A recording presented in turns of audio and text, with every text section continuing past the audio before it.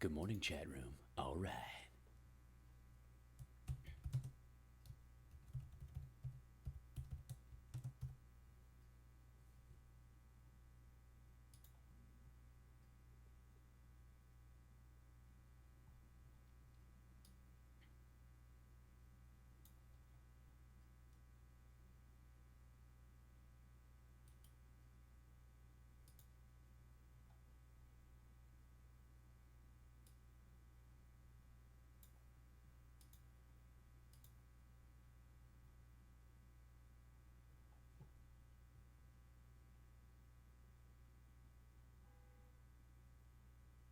Lady B, are we rolling? What's shaking?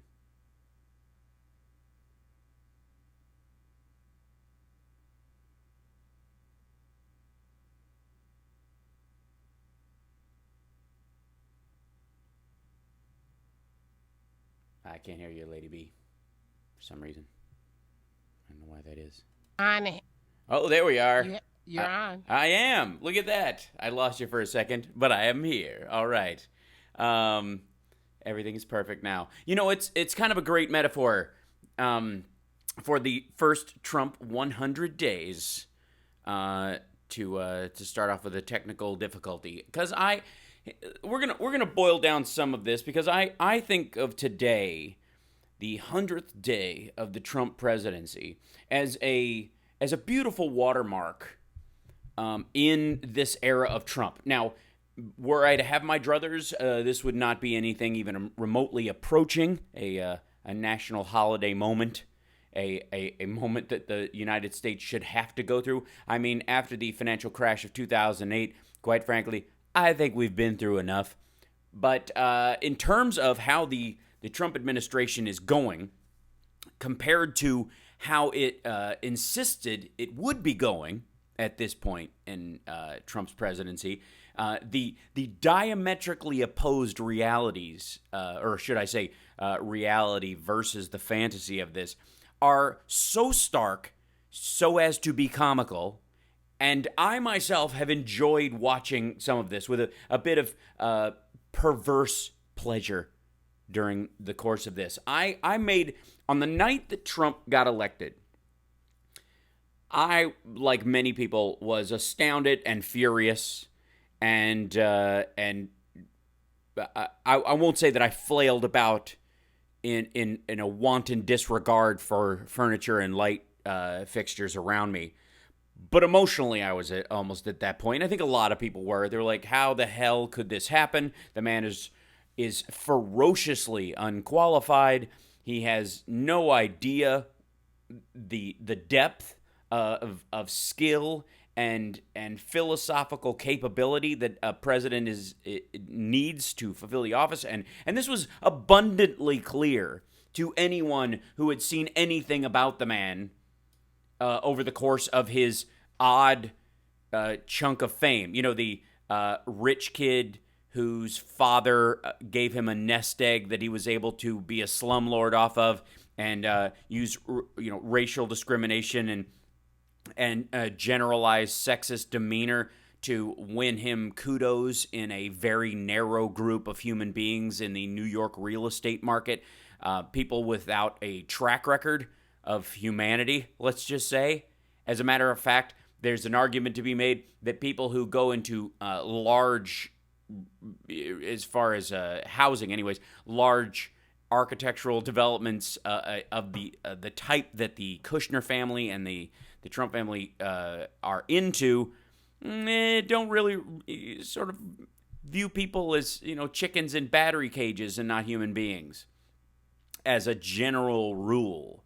That they are above you, not just because they build these buildings and give themselves the top 3 floors, but also because they dictate your life and your the cost of an element of your life. This is the worst parts of a capitalist economy often get tied up with the overall element of a capitalist economy, and the benefits of having a capitalist-based economy are often touted by people who actually don't live in a capitalist system. They live in a resource-based system. People who have oil, people who have coal under the ground, or have managed to start getting it out of the ground before anybody stopped them, a la There Will Be Blood era America. And the Saudi royal family, and certainly certain states that ironically have natural gas under them, but somehow claim that while it's American energy, it should go to the market first. That kind of zone where they're dealing with the fact that if you need to live, you need what's under my feet, and by luck of experience or by getting in early generations before you were even born, my family's got a notch in this. And so the Trump family, like a lot of other real estate based families, got in early on this. The children benefit from it. The Koch brothers, another example of this kind of thing where you dad was super rich and you just kind of furthered that, and if anybody wanted to get into the market you were already in, you had a huge leg up on them, and you're in the exponential growth period while they're still in startup. It's no wonder they hate tech, because it's ultimately a level playing field. Ask any 15-year-old who's created their own app, or Elon Musk. Now, the Trump family in particular is curious in that while Trump is wealthy by every measure of humanity on the planet, compared to what he could have been and what his neighbors and his fellow wealthy friends, and business cohorts are like, is kind of on the low rung of them. He had to get a reality TV job to shore up the value of his brands, because that's really the only thing that draws people to his property versus anybody else's in the early days. He is now basically, in my opinion, using the United States taxpayer and the Secret Service as a way of hyper-funding all of the sites that he goes to, basically making Mar-a-Lago flush by going there repeatedly, because the government is paying essentially all of the operating costs, while they just get to gather profits from the $200,000 admission to the club, not to mention the, I think, $14,000 a year in regular dues that's part of that. But don't get me off on a diatribe about average Americans and the fact that your regular dues at Mar-a-Lago are close to the average income of a good portion of Trump voters, who we'll get to a quote in a little bit, by the way, from a hipster who viewed himself as a Bernie supporter, who was fooled by, he says he was bamboozled by Trump's progressive-ish rhetoric. And now, to quote him, he says, "I feel kind of dumb, honestly. I appreciate his candor. He is absolutely correct." If you bought the idea that somehow Trump would be progressive-ish, or as a Bernie supporter that you would be somehow closer to the progressive ideas that you were hoping for by voting for Trump over Hillary Clinton, dumb is a good word to describe you. And now you should roll around with a guilty conscience. That aside, we're going to talk about this day as a watermark in this presidency, especially, I think, because it marks a very important day. Not just the generalized, what can a president do in his first 100 days, but this officially brings us 100 days closer to the impeachment or resignation of Donald J. Trump. And I am not saying that just flippantly. I genuinely believe it, as do most of the odds makers in Vegas at this point. So it will be a fascinating little road. We're going to go over some of the... I would love people, by the way, to call in with their biggest Trump fail of the first 100 days. I know that could light up our phone lines, and people may not have a favorite. Might be a couple of them you like. I personally do have a couple of favorites. We'll also, the chat room in here, if you guys have them, I'll definitely shout them out. But today is the first day of the rest of Donald Trump's impeachment stampede.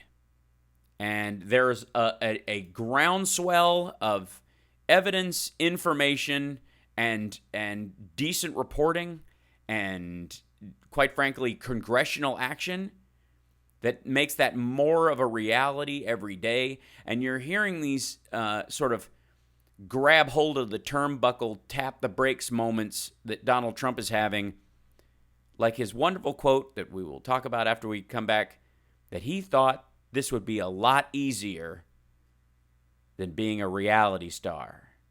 And there was, some of you may have heard it, but there's one specific element that is the shocking part, but it is indicative of how Republicans, not just Donald Trump, but Republicans overall, view the American people. We'll be back. It's the Hal Sparks radio program, Mega Worldwide, on WCPT Radio, Chicago's Progressive Talk, on AM 820. We'll be back.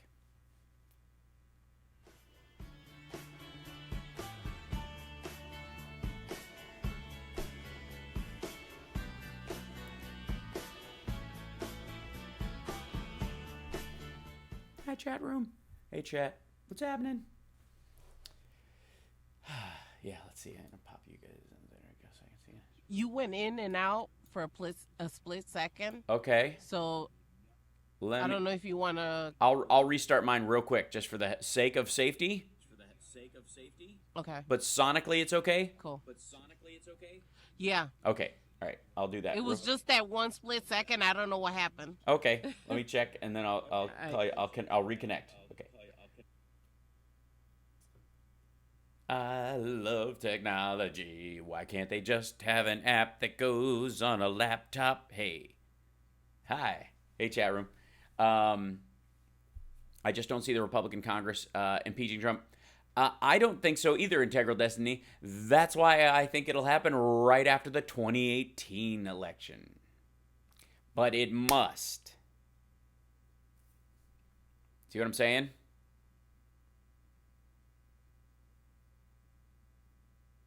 Huge and record company president at the time. Oh, wow. He is the ultimate soft-handed fat use sold white male.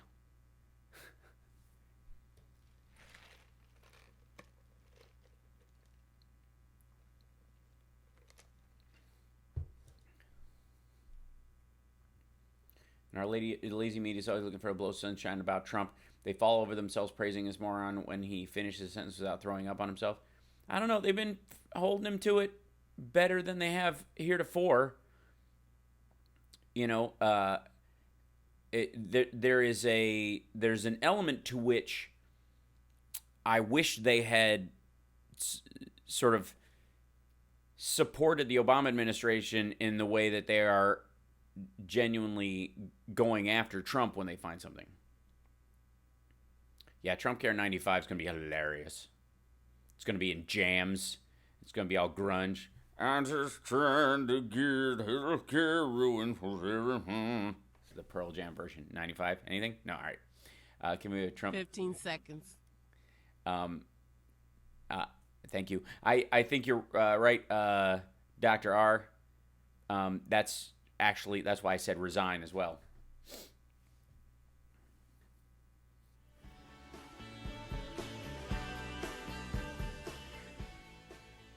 This is Tom Hartman, and you're listening to the Hal Sparks radio program, Mega Worldwide, on Chicago's Progressive Talk, WCPT. Okay, so one of the quote that Donald Trump said about, I thought this would be easier, is for I think not even getting as much mileage as it should, because that's embarrassing on a level that even one would think even his supporters would be shocked to hear him say. I thought this would be easier. I love my previous life, Mr. Trump told Reuters. I had so many things going. This is more work than in my previous life. I thought it would be easier. And after that point, a lot of people, this is, I think, this is a chunk of it that New York Times reported.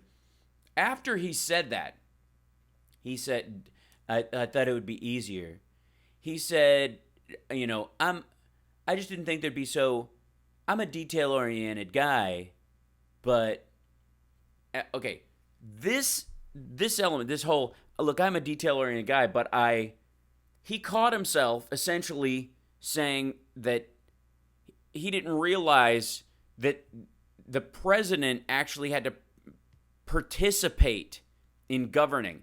He literally thought this was, dictate by fiat, just kind of I'll make proclamations and other people will clean it up. Now, one, why did he think that? Because that's how he runs his company. Everybody who thinks that Donald Trump is a master businessman or knows how to negotiate or voted for him because of his business acumen must understand that what he was saying there is not an offhanded remark. It is genuinely reflective of who he is as a person. He thought this would be it's not that he thought this would be easier. He thought it would be just like it. He thought it would be like starring in The Apprentice and running his the branding element of his real estate ventures, fixating on a piece of property, saying, go get it, whether it's worthwhile or not. Now, right now, he has whispering in his ear someone who is supposedly level-headed, supposedly more balanced, has been given a huge plate of things to fix because he's great at these kind of things. Jared Kushner, of course. Jared, who bought 666 Fifth Avenue for the most money anybody's ever paid for a building in the United States ever, and is having trouble selling it. This was, Jared's big purchase after his dad went to jail for trying to blackmail, effectively a rival. So Jared is supposed to be the level-headed, the one who's going to help Trump deal with the details. He'll handle the minutia. So basically, Trump is outsourcing the presidency to someone whose biggest decision so far has been to buy 666 Fifth Avenue for 1.4 or $1.8 billion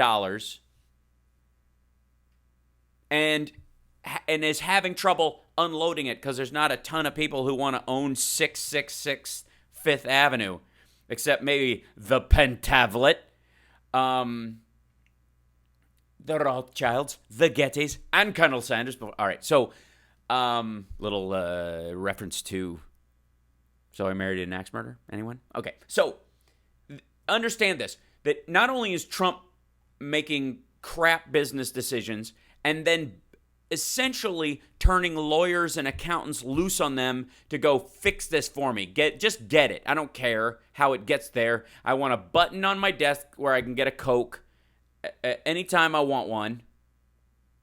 And I don't care what it takes to do it. Yeah, but sir, if we wire, anytime we wire something into the Oval Office, it has to go through review because if anyone, there's 100 ways you can use electrical wiring to hack into computer systems to record things. It's I don't care. I want a Coke. Repeat what you just said. You went in and out. Oh, how sad.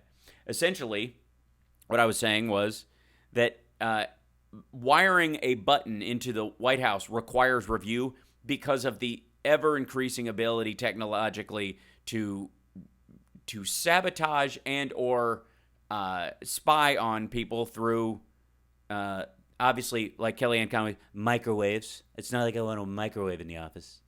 But understand this, that Trump himself thought this would be easier than being on The Apprentice, because he didn't make the firing decisions there.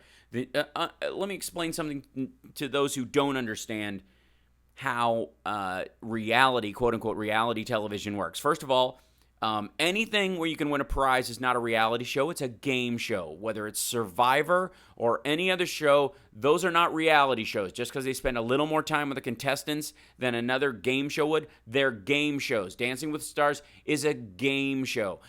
Survivor is a game show. Any of the other ones where they just follow you around, Gene Simmons' Family Jewels, the Reverend Run show, any of those, the Kardashians, all that stuff.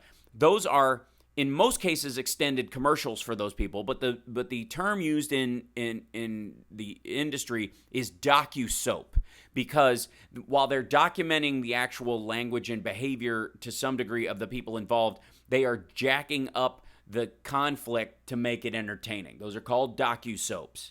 And that's how the industry views them. They are not reality. There's nothing real about them. They increasingly create false tension on purpose.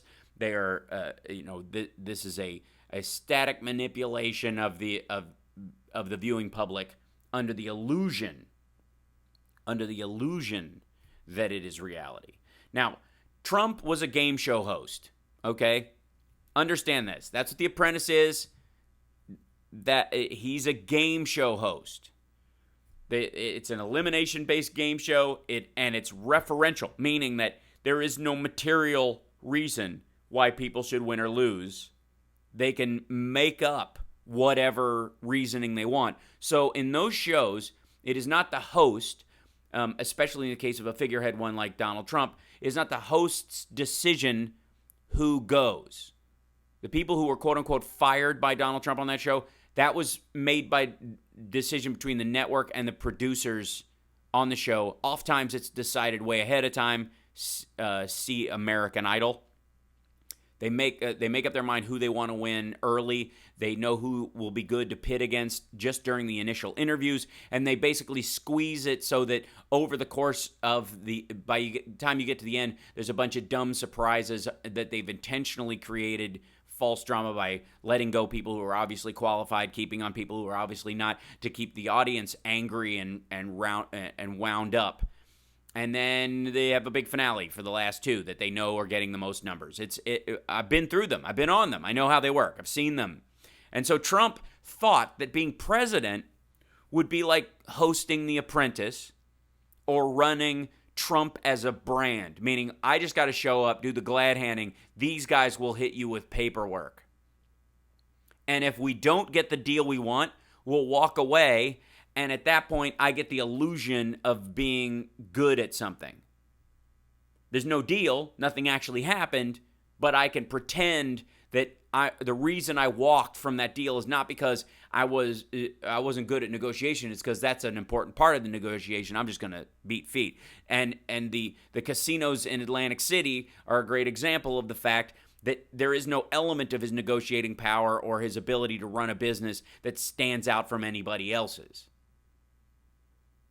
In New York, most of the time, what a lot of these bigger companies do, and this includes the Kushner businesses, is that they hire people who are so ravenously money hungry that even if they hated their boss, their financial future is so tied to that person that they would do the best for that boss, no matter what.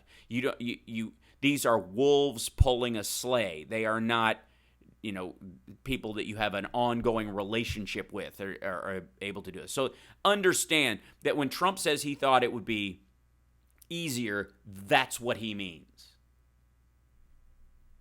And the person that he is outsourcing his business decisions and the directive, there's even more than just a chain like, okay, Greg's a great accountant, so I know what I want out of myself. I'm gonna go sit with Greg, and Greg and I are gonna hash out what's possible and what's not possible. That, to some degree, would be a respected point of leadership and the ability to do it. As the owner or operator of a business or any particular field, it wouldn't be necessarily important for you to know all the minutia, although it certainly helps to know as much as possible. But at the very least, you would have one-on-one FaceTime with the people who do know the minutia, right? That's not what Trump is doing either. Trump is padding the people just one tier below him with people who are equally incapable of dealing with the detail, who are second middle management people, just like a corporation, just like his Atlantic City casinos. He's running it exactly, and then he's surprised that it sucks, that he's terrible at it. This is the House Sparks Radio program, Mega Worldwide on WCPT Radio, Chicago's Progressive Talk. When we come back, I'll show you a great example out of his tax code, the tax plan, the one-page tax something or other that he passed out this week. And if you look a little deeper, what they had put on their website initially, that it's even smaller than what was on candidate Trump's website. They've jettisoned a good deal of the detail that was on their website initially. We'll be back.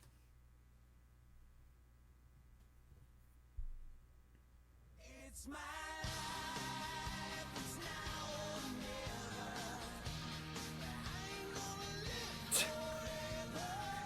never. Swaggart watches from across the room. No, he didn't. Didn't he sit in the car while the naked lady ran around the outside of the car while he hid in the back seat?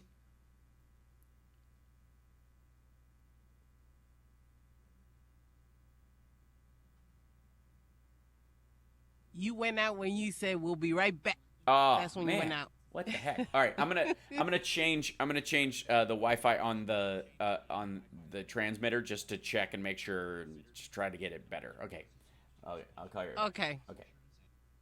Man, some days it's just craziness.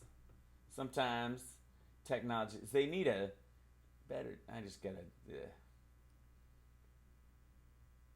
Oh, it's because it's not even on the. Why is it all on the 5G? What's up? Come on. There you are.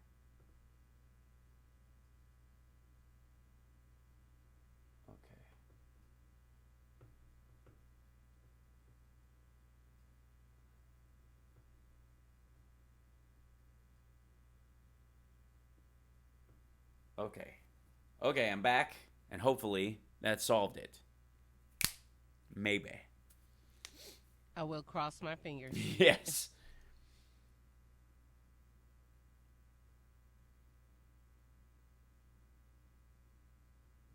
Trump's biggest fail, making America great again.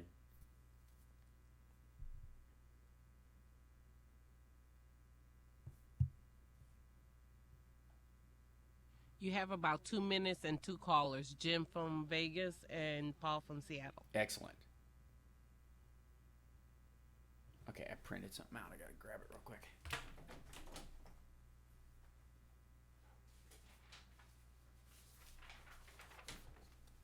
Since Trump didn't want to send out his actual printout of his tax plan, he had to put out a photo that was just on you could see the keyboard, the Mac keyboard of the guy who was whoever posted this on Twitter once it came out. Like, yeah, that's what we got.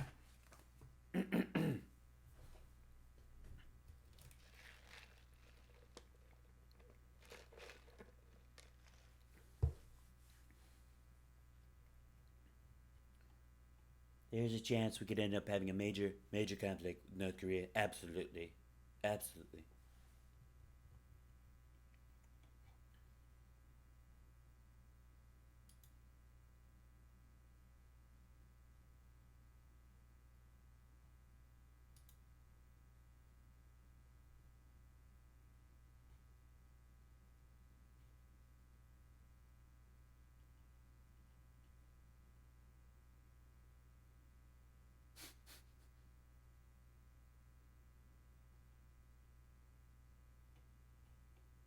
Twenty seconds. Mm-hmm. Thank you.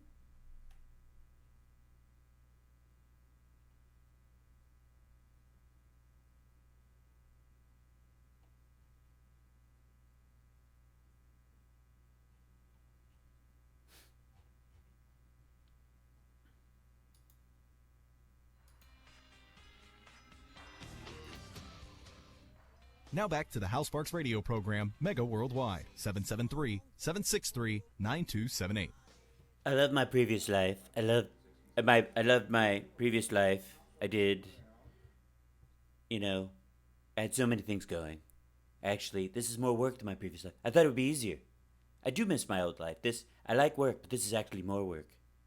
And while I had very little privacy in my old life, because, I've been famous for a long time, I really, this is much less privacy than I've seen before. This is, something that's really amazing. At the same time, you're really in your own cocoon because such a massive protection that you really can't go anywhere. I like to drive. I can't drive anymore. Trump told Reuters. Now, I have to tell you, it's an unbelievably complex subject. Nobody knew healthcare could be so complicated.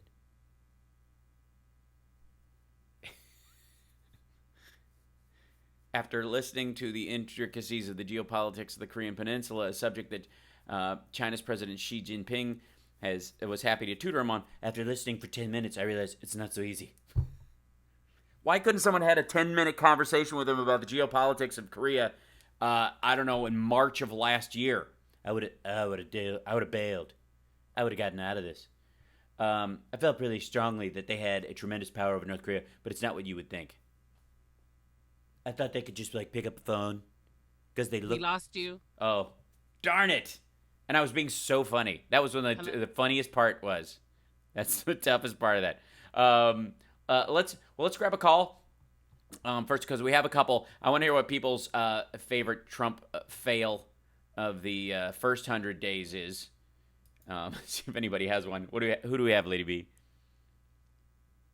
We have Jim from Las Vegas. Excellent. Jim from Lost Wages. All right. Hey, Jim. Do we have Jim? Is he there? Most of Donald Trump's worst things have been signing executive orders. Very easy to put his name on something. Sure. But he had to study real hard to find the cabinet secretaries that he has that are completely oppositely qualified for the jobs that they have. Yeah. Every single one of them is unbelievable that they possibly could be the opposite to fit the job that they have. Yeah, well, this is the most normal Republican aspect of what he does, though, because the Republican standard operating procedure is hire completely inept or unqualified human beings to run entire agencies, and then when it fails, say government can't do anything right. I mean, essentially, that's it. They put the worst people in charge and then go, well, it's not us. It's not that we suck. It's that government shouldn't be doing stuff like this. Never mind the fact that when Democrats run these organizations, they seem to go swimmingly and become invisible. You forget how much you benefit from the EPA when Democrats are running it. But when Republicans get in there and the whole thing starts falling apart, 10 years later, after people have been poisoned, then then there's pushback. Right. Mm-hmm. Well, he sure has some combination with Jeff Sessions and Betsy DeVoe, are the most unqualified people. And for the Republicans to let them get vetted, but as you say, you're exactly right. That's how the Republicans operate. They couldn't want more. They say last year, all they wanted was a president that could sign a piece of paper. That's right. That's all they want. They don't want somebody who could think. Yeah, and never mind the fact Thanks for hearing my point. Absolutely appreciate the call. This whole they seem completely devoid of any kind of irony in the White House currently. This idea that Trump was tweeting things like, "Why is Barack Obama legislating through executive orders? This is not how the government's supposed to work, folks. It's not supposed to work this way. It's not supposed to. This is but you can't work with anybody." He can't reach across the aisle, so he's having to sign these executive orders. Well, the executive order, the president, at least, President Obama, at least could make the argument that the other party ran the other two elements of the government at a certain when his executive orders were happening, especially about and when going after certain things like don't ask, don't tell, for example, there were elements where he could have done it via executive order. And it would have been overturned by whomever had gotten in, and he decided not to. He caught a lot of hell from the base about not going for this directly, not just doing a signing statement. And then we look at how on a razor's edge the dreamers are because some of it was solved through executive order. And, of course, when Trump and his ilk got in, they would do everything they could to undo this. It shows the danger of executive orders and the worst part of the law. Let's understand something, that bad laws are one thing, and good laws are necessary. But the worst possible thing you can have in a democracy is unequal application of the law. That either by class or race or gender or any other immutable element of a human being's circumstance at the time of the application of the law, especially, by saying, well, we'll really bring the hammer down on this person based on the letter of the law, and then this person will let it skate. That in and of itself is one of the most dangerous aspects. That's what we really look at. Dictatorships, essentially what they're doing is that they play favorites. The Russian oligarchy is a great example of that. They are, Alexei Navalny's getting these, fake trumped up charges against him to keep him from being able to run against Putin. Meanwhile, literally Putin's friends are siphoning money out of that country and making it broke day by day. The unequal application of the law is how you operate a dictatorship from within a supposed democracy. And basically, what Sessions and that crowd are there to do is to guarantee the unequal application of the law, to play favorites. And never forget that this is the group that was saying, by doing tax incentives and loan guarantees for solar and wind technology, that this is the government playing favorites in the technology industry. Never mind the fact, by the way, that we should have a favorite over two energy sources towards the one that doesn't kill us. And again, I've said this maybe 100 times, but if somebody doesn't believe in climate change, I don't really care, because even if they could argue that, God scrubs the sky, so never mind, they can't argue with the fact that hundreds of thousands of children go to the hospital every year because of asthma related to car pollution, and that all the toxins in our environment, whether you believe they affect the domain of God in the sky is one thing, but you can absolutely tie them to the destructions of our water sources and our the short-term atmosphere around our cities. Ask anybody who's ever flown to Bangkok if car exhaust isn't detrimental to your overall health over time. So if they're not going to argue that if they believe God cleans the sky later, then it's our turn. It's our responsibility to clean it in the short term. How's that? I don't have to convince any people that car exhaust is not good for your kids. And yet that seems to be a sideline argument that's never made. Let's grab another caller. I know we have one more, and then I want to talk a little bit about my own personal big fails that I'm excited about during the first 100 days of the Trump administration that I think were extraordinarily helpful. Who do we have, Lady B? We have Paul from Seattle. Oh, excellent. Hey, Paul. Welcome.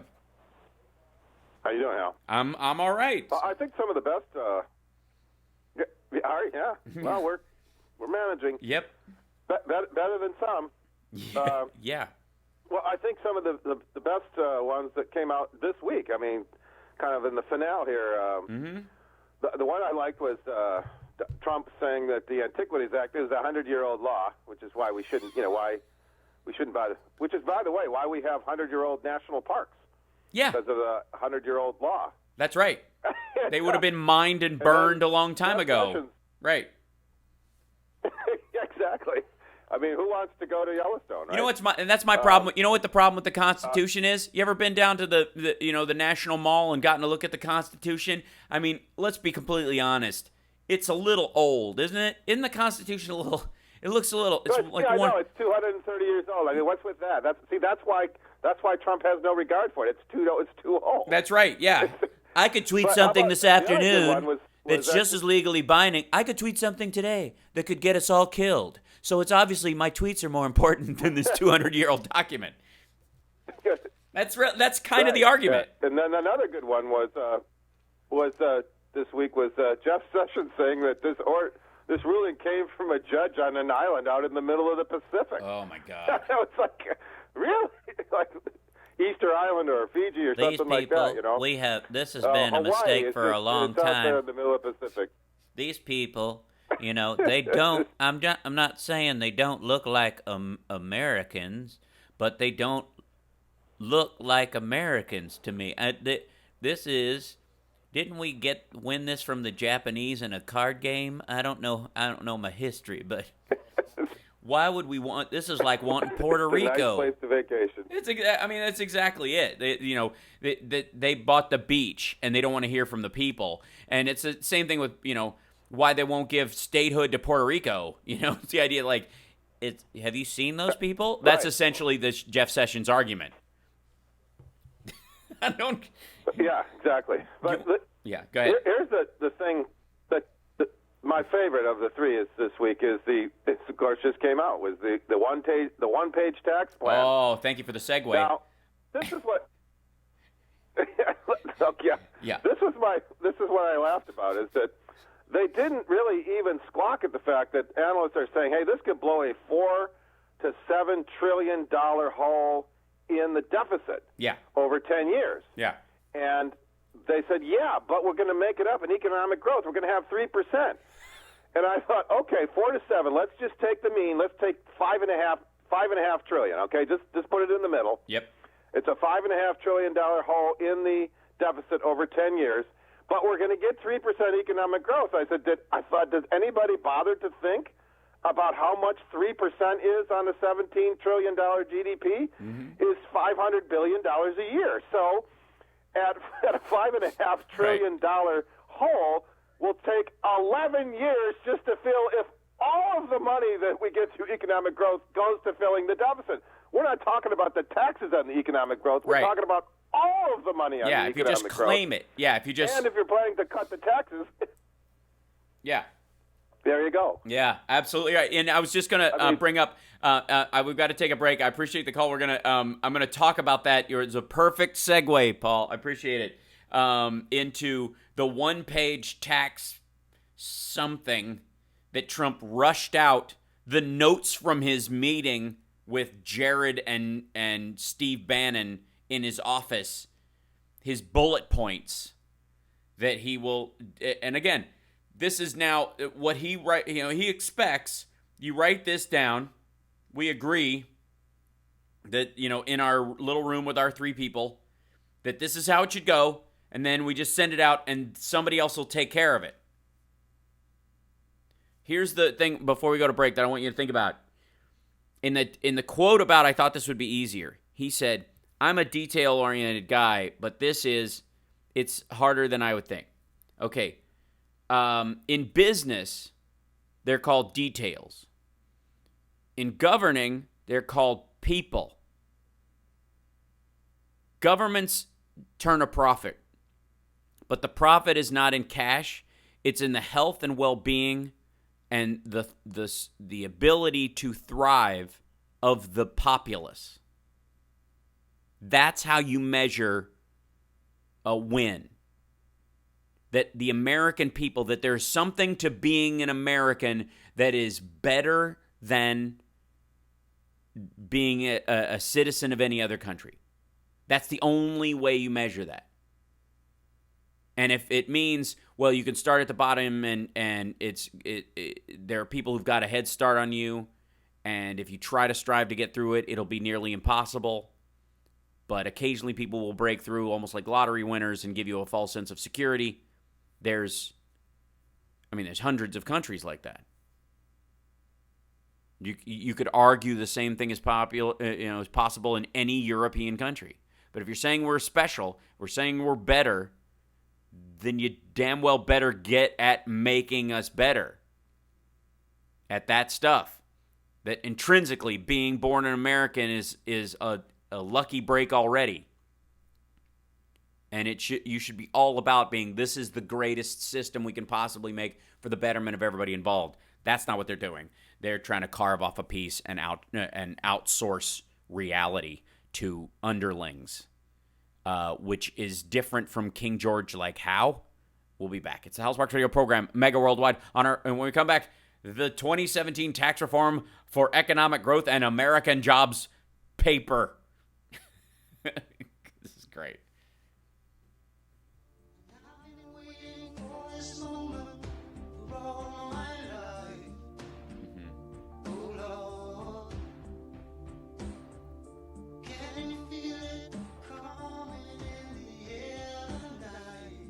Thank you, Billy.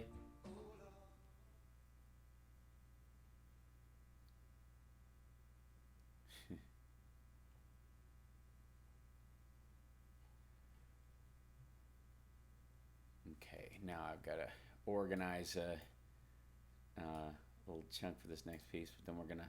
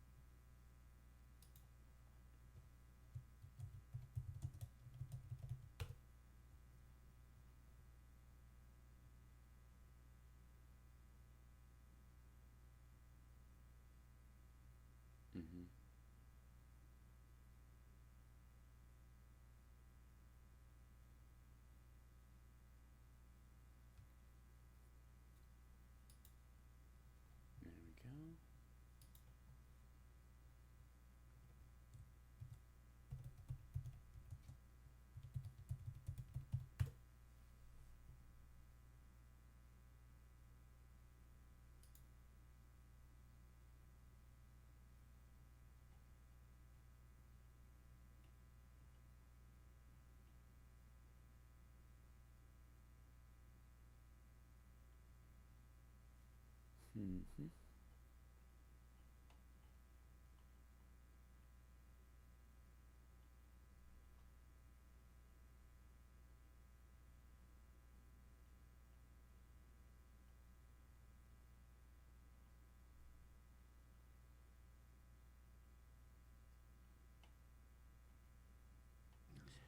About 35 seconds, and we have George, Steve, and Dave from Sacramento. Excellent.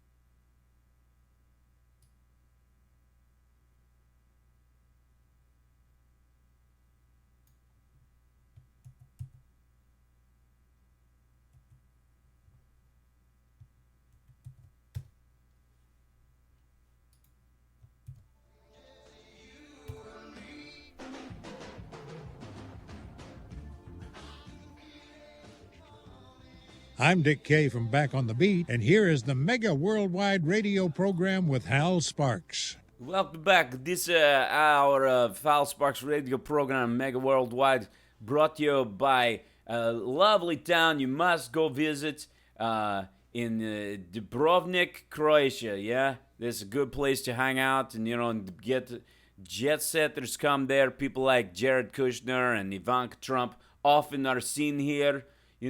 They're hanging out and stuff like that. They hang around, and don't let it bother you that they were hanging out at the exact time as Dmitry Ribolovlev, he's the dude that bought Donald Trump's big house in Florida for like $80 million more than he paid for it, and then bulldozed the place. Don't let that bother you. Like, everybody likes to hang out in Dubrovnik, and it's total coincidence that Dubrovnik, Croatia, was where Ivanka Trump and Jared Kushner were hanging out with, Dimitri's boat. It's always there. You know what I mean? So don't worry about it. Anyways, brought to you by Dubrovnik, Croatia. Come hang out if you've got 40 million to burn, and the dossier that says you like untoward activities, that if you don't meet us, we'll get a little angry. I'm just saying that if you don't show up, this stuff might hit the airwaves. Just, that's the Dubrovnik way. Hey, come down for a little dumplings and, that's what you call them in English, right? Dumplings and blackmail. Hey, it's Hal Sparks. Welcome back. Let's take some more calls about people's favorite part. And by the way, next up, next hour, we're going to be talking about how Trump's staff, while people get false security, about not worrying about maybe Trump's a nutcase, maybe he has no idea what's going on, but at least he's surrounding himself with good people. Don't think so. Those might be the biggest fails of the first 100 days altogether. Who do we have first, though, as a caller, Lady B? We have George. Oh, excellent. Hey, George, welcome. Welcome back. Thank you. Morning, Hal. Yeah. Does the name Charles Van Doren ring a bell? Charles Van Doren. Refresh my memory. Well, over 60 years ago, back in the 50s, there was a quiz show called $64,000. Oh, yeah, the guy who Question. won, who was on, who cheated his way through it, essentially? No, not actually. He was actually a highly intelligent, very capable contestant. Mm-hmm. And when he reached the point where he could have won the $64,000, it had already been planned that he would give the wrong answer. Oh, that's right. Yeah, that And they he cheated knew the him out of right it. answer. Right. But so 60 years and nothing's changed in the minds of That's right. Producers. like Trump and the people who put out these TV shows. Reality TV is as big a lie now as it was then. Right. And if you can manipulate that, by the way, if you can manipulate that, by the way, even back then, now it's just an understood on some level that it'll be that way. So it probably took some work to be the host or the producer of that show, initially creating that that scandal before when it broke. Then now, everybody would just shrug it off. So it's even easier. The fact that he thought that this would be easier than that is madness. But go ahead. Sorry. Yeah, back then there were prosecutions and convictions with these quiz show scandals. Now, like you've just said, we live in a dishonest age, in a dishonest country, where a guy who is the paramount example of dishonesty can take the White House and half the population shrugs. Yeah. In any event, I wanted to make a comment about Trump's crybaby musings the last couple of days. Right. Harry Truman always said it best: if you can't take the heat, get out of the kitchen. Right.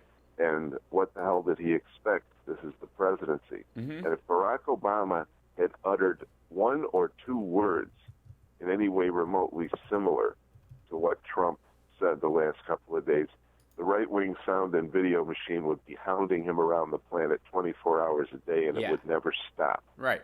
He'd be a lazy N-word, right? Yeah.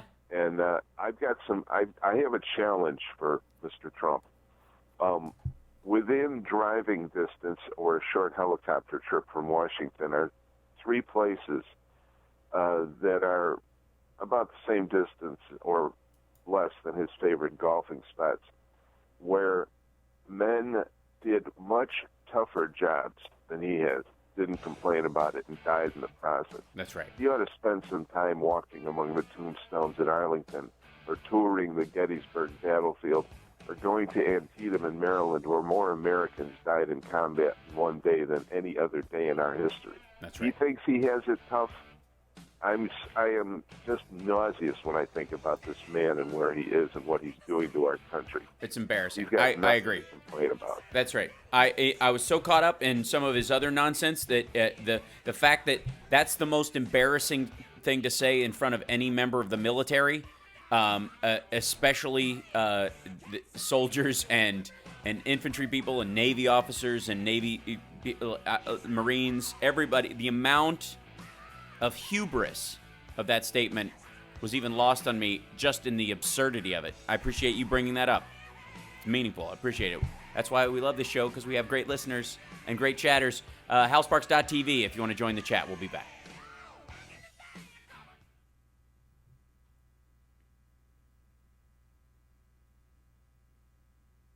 Mm-hmm.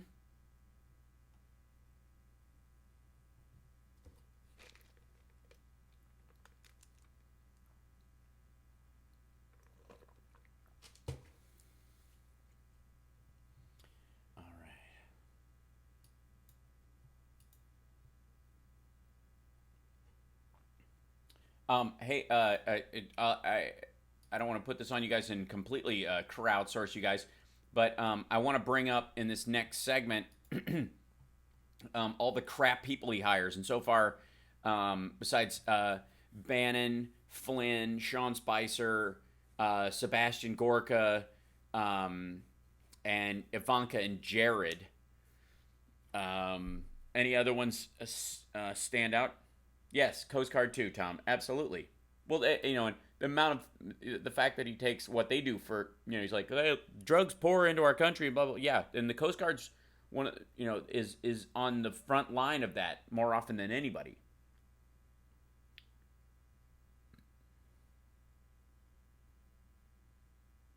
That's right, Carl. Yeah, and we're going to talk about the Gorsuch quote unquote win, which is just basically a stolen victory from someone else, which is indicative of who he is too. Yes, I included Ivanka and Kushner and and Jared. We don't have a chief economist. No, that's an arch. Mm-hmm.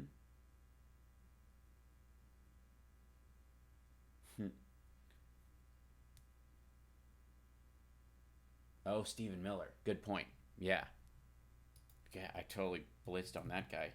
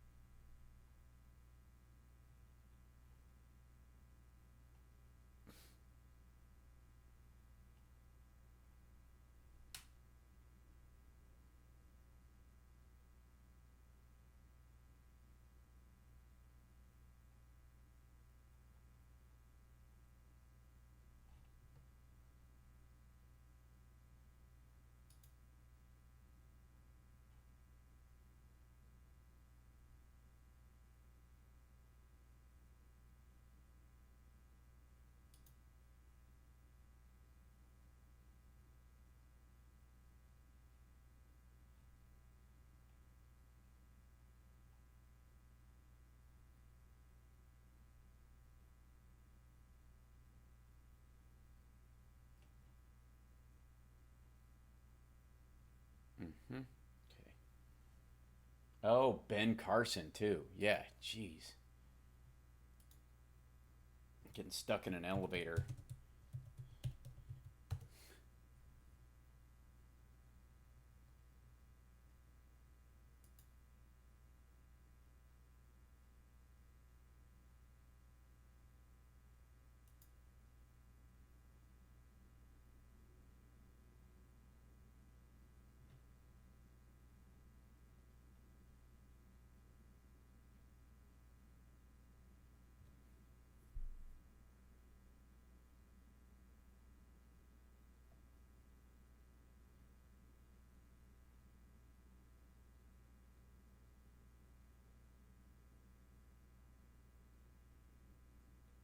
Hmm.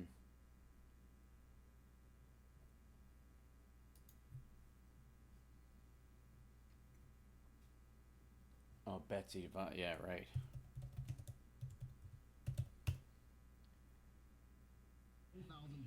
You have about a minute and 10 seconds. Excellent. David from Sacramento, he hung up. Uh-huh. But you still have Steve from the Gold Coast, and looks like the number that's calling in right now is Dave from Hoffman State. Okay, cool.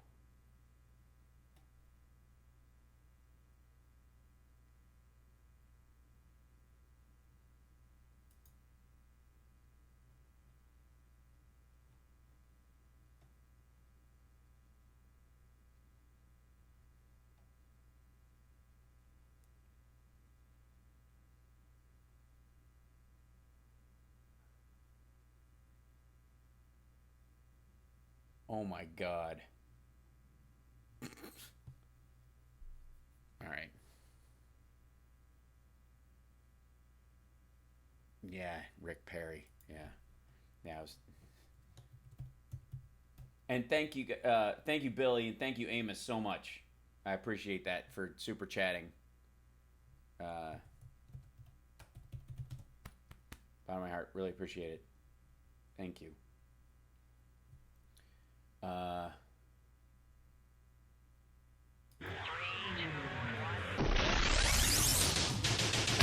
You're listening to the Hal Sparks radio program, Mega Worldwide. I've had people walk out on me before, but not when I was being so charming. Video streaming at halsparks.com. I don't care for you or for the putrid sludge you're prowling out. Damn puss-faced little pimp stick. True progressive talk. Might be a good time for you guys to give up. Okay, let's look at, by the way, the premise that Donald Trump is an amazing manager, business-wise, that he is that his skill is in negotiation, and the other fabrications that, by the way, are even starting to shock some Trump voters, who are saying things like, "I feel kind of dumb, honestly, for voting for him," which is an impressive level of self-awareness at this point. I wish they had exercised that before they actually voted, but, you know, you take the victories when you can get them. And never mind the fact, by the way, that, and we'll get to this a bit too, that according to UK spy documents, the Trump organization paid Russian hackers who took orders from Putin. So that Roger Stone meeting and all that stuff where, like, why would I even bother to meet with them? I don't even know. I just waved at him and just kept on moving. Never mind that I spoke to him for a second. I gave him a thumbs up, one wink, and I was done, right? Because and I handed him a check and I was gone. I don't know I barely even spoke to the guy. I mean, I put the unmarked bills in the tree stump, waved, walked away. That court filing confirmed earlier this month that Steele, Christopher Steele's infamous dossier about the possible collusion between the Trump campaign and Russia was first given to the UK intelligence services. These documents reportedly contain records of payments from the Trump campaign to banks of Russian cyber trolls tasked with spreading disinfo ahead of the 2016 election. So, not only is there now growing evidence of collusion, but growing evidence that they actually paid for it outright. Let that sink in. Court filing confirmed earlier this month that Steele passed along information because he felt it was of considerable importance in relation to alleged Russian interference in the U.S. presidential election.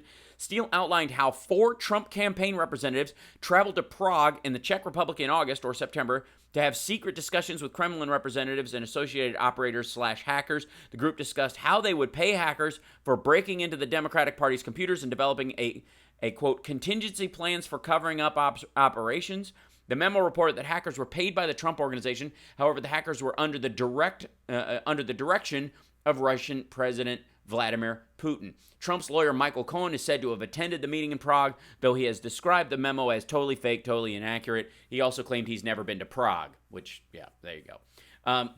Steele produced 16 memos using Russian sources to describe the web of collusion between Trump aides and Russian intelligence or other officials. A copy of the memos was given to the news outlet Fusion, but instructed them not to disclose the material to anyone without approval. They agreed, and Steele agreed to provide a copy to Senator John McCain after McCain learned the memos existed from the UK ambassador to Moscow. The Guardian reports that the court documents revealed Steele continued to get unsolicited intelligence on the links between Trump and Russia. As a result, Steele drew up another memo from December 13. He turned that memo to a senior British national security official and gave encrypted versions to Fusion to give to McCain. Court statements argue Steele was under obligation to give the information to the UK and US at a high level by persons with responsibility for national security. However, Steele said he never gave a copy to any news organizations, merely off-the-record briefings about the dossier to some journalists in the fall of 2016. They argue they had no involvement in BuzzFeed's decision to publish the document. The dossier wasn't delivered to former President Barack Obama and then President Donald Trump until January. So enjoy that for a second. that not only is there what you're hearing about, there's evidence of not just collusion, but hand-in-glove operation. Well, that hand was made completely, that tiny hand was made completely out of cash. Let's take another caller, and then we're going to get into how bad Trump is at basically at designing, at signing executive orders and hiring people. But let's take a caller first. Who do we have, Lady B? We have Steve from the Gold Coast. Oh, excellent. Hey, Steve, welcome. Hello. Yeah. Thank you. Thank you for taking my call. And you've already touched on a number of things. I mean, keep in mind, with regards to collusion, think about this. During any presidential campaign, there are sort of seminal moments when we have sort of breaking news. Someone comes out with an allegation, documents are released, something along these lines. Well, 29 minutes after the Access Hollywood story broke and that deal was released, we all of a sudden got the massive John Podesta WikiLeaks email dump. Now, how does that happen? 29 minutes after the story, which would have derailed, obviously, or would have been the story of the week with regard to the presidential campaign. How do you derail that as the main story? You dump all of these emails, and therefore you create a new narrative which says that, no, forget, Donald Trump and his misogyny and this sort of thing. We need to concentrate on the potential of wrongdoing on the part of the Hillary campaign and the Democratic Party. And then you create this nonsense of Pizzagate and all of this other idiocy.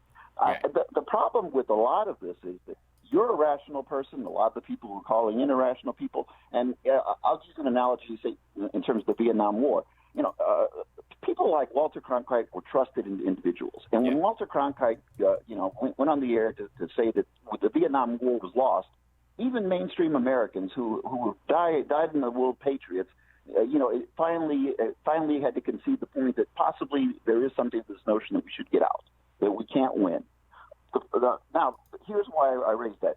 We have no such thing as a Walter Cronkite that sort of has this universal mass appeal, so the people on the right and the left both agree that he's a trustworthy figure, and we should pay attention to what he has to say. Instead, today, we have balkanized news sources. So the people who still support Trump, 96% of his voters apparently still would vote for him. Now, given 4% wouldn't, which is enough to make someone else president, if the election occurred again today, but let's set that aside. The reason that you have so many of his supporters that would still vote for him is, quite frankly, they're not hearing a thing you're saying. They're not hearing it because they're being told by these alternative sources, offering them alternative facts, that what you're saying is just a lie. Right. That, no. The numbers with regard to blowing up the debt, no, not true. The economy will grow at such a rate that we'll take care of the debt. No. I mean, they're not interested in your numbers. They're not interested in your facts. They have alternative facts. And this is why I just don't believe that we can get through to some of these people. The only thing we can do is energize enough people on the other side, get more people who would have voted a different way out to vote again. And as you pointed out, get enough of those Trump voters who are willing to concede, those 4% who are willing to concede that they made a mistake. And I contend it's probably more than that.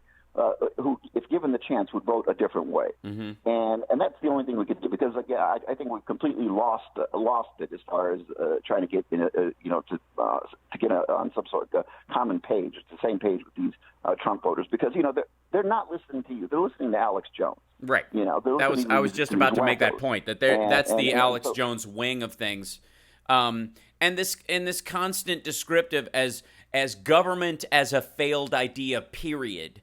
That leaks its way into most people's who leaned that way. Obviously that voter I brought up who says he feels stupid because he voted for Trump initially. That the Trump voter who was originally a Bernie supporter and was pulled in by his progressive-ish arguments. The only overlap in those situations is this idea that government is completely corrosive and destructive and needs to be done away with, and that the revolutionary idea that it would be better to etch-a-sketch the whole thing than to actually make incremental change because of either the short-sightedness of such a voter or the easy frustration of sort of the app generation.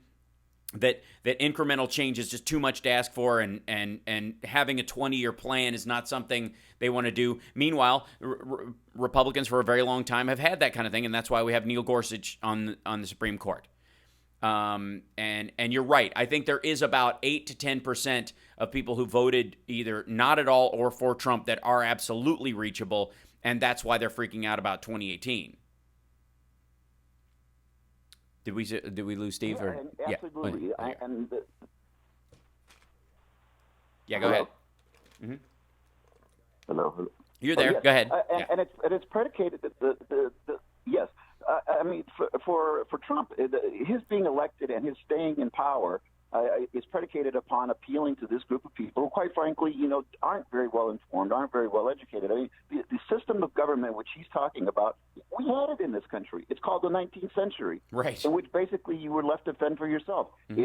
If you didn't have a job, by the way, you were told to work what hours you worked. You were forced to take what pay you were going to take. No workplace safety standards, no health care, and you lived by hand to mouth. The majority of Americans at a time when the economy of this nation was booming more so than ever before. This is the 19th century. You had massive wealth being built by people like Carnegie and Rockefeller and others and Morgan, whereas the average American, over 50% of Americans, lived hand to mouth while we had this booming economy. So that's what you get. You get an economy where nobody says that you are limited to 40 hours a week. No, you can work 60, 70 hours a week. You work on Saturday. You were there till 7, 8 o'clock at night. So I mean, we had this system that these people are talking about, and now it's as if these same people, have, again, as you pointed out, got in a room and nobody bothered to pick up a textbook, a basic political science textbook, and say, we heard this message in the 80s. Remember when they told us we cut taxes and the economy would boom, supply side economics? Voodoo economics. Right. It didn't work. Why are we trying to repackage this? Yeah. But they are. Well, and because they've never actually left that part of it, and they basically hope that to some degree, whoever gets in there will at least do. Again, this is how you can look at how why aren't Republicans more infuriated by what Trump is doing, because he's making them laughing stocks and he's doing all this stuff and most of his executive orders aren't going to go anywhere, is that in some areas he is making those incremental changes. Gorsuch is a great example of that, moving the ball on a couple of areas, especially the undermining of regulations, is enough for the Republicans' handlers. Those two things alone are a win for his presidency. If he completely flatlines everything else, he has given them an enormous gift in the retoxing of our rivers and streams and our skies, of a reinvigoration of petroleum and based energy sources, and having somebody who is effectively viewed at best like Scalia light on the Supreme Court, who believes that corporations are people.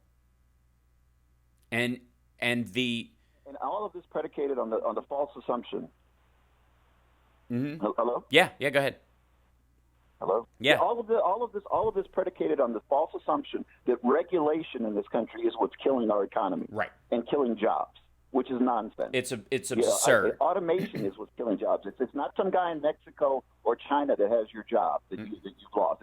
It's automation, quite frankly. We're not going to go backwards in that realm. It's not the regulation that's keeping the Mississippi River and Lake Michigan clean that's killing your job. But they would have you believe this. That's and right. If we can do away with that regulation, as if somehow your job is going to return and this is going to be a more competitive nation. Mm-hmm. No, more likely than not, your children are going to have lead poisoning as a result of this. That's your right. job's not coming back, but they've managed to convince people that this is the problem. That's right. It'll be lots of jobs in the medical establishment dealing with permanent damage caused by pollution and all sorts of toxic cleanup jobs. So everybody's going to have a great job with getting asbestos out of any new building built in the United States, because Pruitt doesn't actually believe it's a toxin. There you go. We'll be back right after this. Thanks for the call, Steve. We'll be back with more of your calls after this, 773-763-9278. And one of the worst things that Trump has done, which is hire people who are woefully inadequate for the job that they have been presented to do. We'll be back.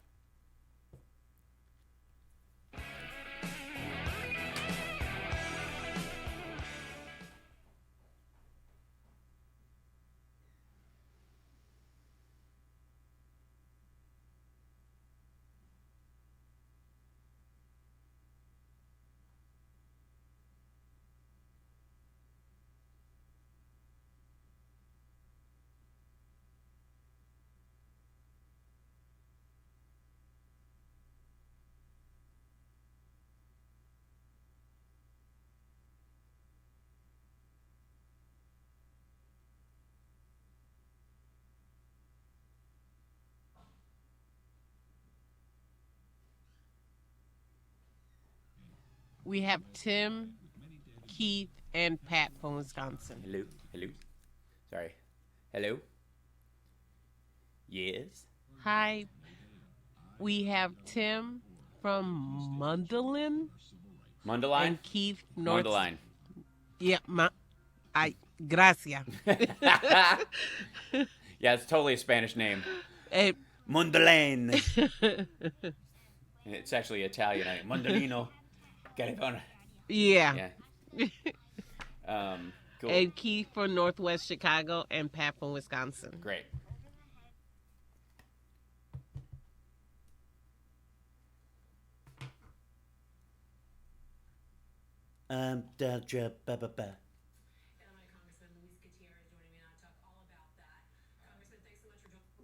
I don't think anybody has ever done this much in 100 days. Not that I'm paying attention. Holy smokes.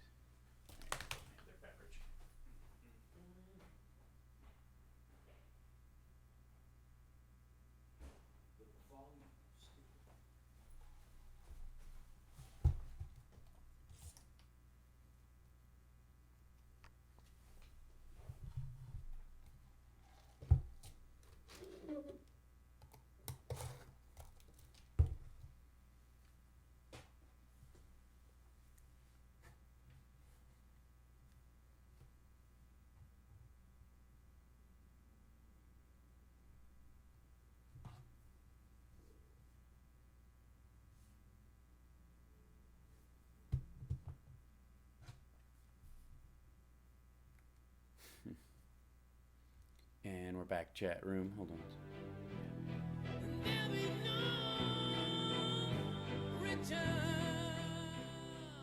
Now back to the Hal Sparks radio program, Mega Worldwide, 773-763-9278. Welcome back. I just want to take a second to thank Natalie in our chat room, and Amos and Billy. Thank you guys for doing the super chat. You can go to halsparks.tv and watch the live stream there. I try as best I can, technologically speaking, to make sure we have it up and running every week because we have such a great chat room there. It's a great place to find like-minded individuals, and not the least of which are people like Driftglass and Rocky Mountain Mike and Carl and some of our other groups in there who have their own outlets where they also discuss progressive and liberal ideas. It's a nice family we got going on there, and I really want to say that I appreciate all you guys showing up every week in our chat room as well. It's terrific. And by the way, John Fugelsang and I have just gotten our first offer to go out on the road together. We're going to announce it soon. I think the first date's going to be in Phoenix, Arizona. So I'll have details coming up on the when very soon. But we're very excited about that. And before we get before I take another caller, I want to do kind of in the happy ending when we do it on the show. I try to stick to stuff that is strictly inarguably happy, in that advancements in technology, in the control and elimination of disease, those kind of things. Reminding everybody that every day people wake up in this country and in others all over the world trying to go, how do I make the world a better place? Either dealing with a specific issue that is their one thing, or overall in governing, in journalism, in medicine, in industry, in how they raise their children. You wake up every day going, how do I make this better for everybody? That this ripple effect in life, and it's super important that we respect that and understand that goes on, even as nutty as Trump is and all his ridiculousness. That the vast majority of human beings, when we see violence in the world, when we see attacks that happen that get a lot of news story, the only reason they're news is because the vast majority of people do actually try to make the world a better place, and there are people who wake up every single day trying to improve the world. So I try to keep that for the happy ending part, so that it's very, very seldom is it a kind of like one of the bad guys got theirs as part of the happy ending, because that's not what I want it to be. So I'm creating kind of a sideline version of it right now, just for my own take, because the two big weird upsides of the last 100 days have been that Bill O'Reilly and Jesse Waters, his creepy satellite that he sends out to to sort of put pressure on or stalk people who've said bad things about Bill have both lost their job in the last month, which is kind of amazing. Like it is a surprise to no one that Bill O'Reilly is a creep. The audio clips of his, little pieces of his book that he wrote, his oddly lascivious, there's a weird grotesque aspect to people who write fiction that is their fantasy, but they also despise it. It's one thing to write a sort of form of fantasy like, wow, if I could act on this, I could act, this would be that, but society doesn't allow it. It's another thing to have complete contempt, for the ladies while wanting all of them at the same time. And you write a specific sort of gunk when you do that. And Bill O'Reilly is a master of that. I personally have been irritated by his Killing Every Good Person book series that he's been yanking out over the last 5 years. Jesus and Kennedy and stuff, like these odd murder fantasy books that he's been putting out that have always hit the bestseller, but it's like this, it's gross. And by the way, my book Kneecapping O'Reilly will be coming out next year if I can find a publisher. It's basically a coloring book that shows his decline over the years and all the people who've stopped working with him because he's a disgusting individual. And that applies to Jesse Waters as well, who's out there. And of course, Alex Jones. Now, Alex Jones lost primary custody of his kids this week.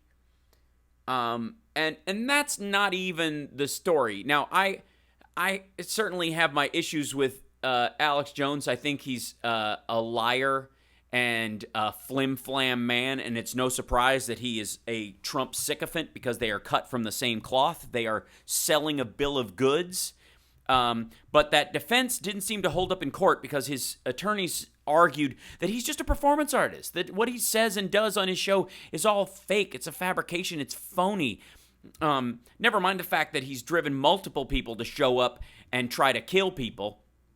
And not just at, Comet Ping Pong, but at the Bohemian Grove. And there was a guy in Kentucky 2 days ago that walks in with a machete and believe me, this dude, I guarantee, InfoWars is one of his go-to sites. And there, this is the reason why we have, and this is how the, broadcast has gone from, newspapers having kind of a chokehold on the information that you get to, and that certain limitations, on information were controlled by too few people, to a total blitzkrieg of whoever wants to say whatever being on the same level as them. That's been kind of an ongoing problem, and Alex Jones is at the forefront of that. Zero check of reality on whatever he wants to say, and it's nuts. And I've spoken to the man. I've been on his show. He's full of crap. Period. End of discussion. But he lost his kids this week because he made an argument that, he's just playing his viewers. That everybody who watches his show and thinks he's the last bastion of truth, those people are just suckers. Those people are dumb. Oh, thank you, Tom. I appreciate that too. We had people contributing via the super chat. That's really awesome. Thank you. And from a deadhead, one of his emblem in the chat is that he's a deadhead. I myself am not per se. However, I will say that friends of my family have played with the dead over the years, and Carrie, my instructor at the Second City in Chicago, was a huge Dead fan. And that is a running line through some of the greatest improv teachers of all time, and not for no reason. But anyway, so I want to say, before we go to break, one of the upsides, and what makes me think it's very possible that Trump could either be removed or step down on his own, which I think is a higher chance, because I think rather than be called out in front of everyone, and can you imagine a Reagan-style open congressional hearing where he has to go before Congress and speak under oath about treasonous behavior? I mean, my personal belief is he would bow out and allow and go into a media future and claim that he was drummed out by the establishment instead of his own activity. I think he would tap out for his own benefit. And I think it's absolutely, I think it's possible. As a matter of fact, it is a possibility that Democrats have a responsibility to work towards. All the while pointing out that there's no way Mike Pence didn't know all along. Just as phony. Thank you, Carl. In the chat room, you guys are being so sweet today. I appreciate it. We'll be back right after this. More your call, 773-763-9278. It's the House Sparks Radio program, Mega Worldwide on WCPT, the greatest station in the world. I'm going to get to this tax thing eventually. Saturday night.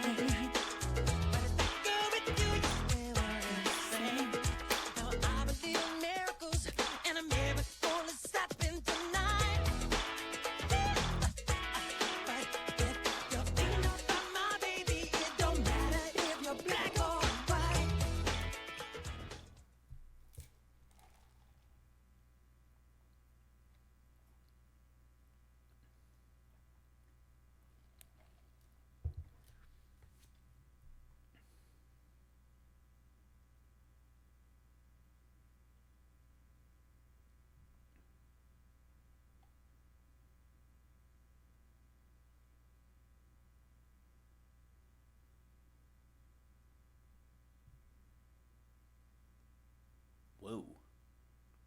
Apparently, Jones's wife had only seen their kids 5 times this year because they had a joint conservator, but the idea was that they live at Alex's house where he does the show from, and she'd only got to see him 5 times. Yick.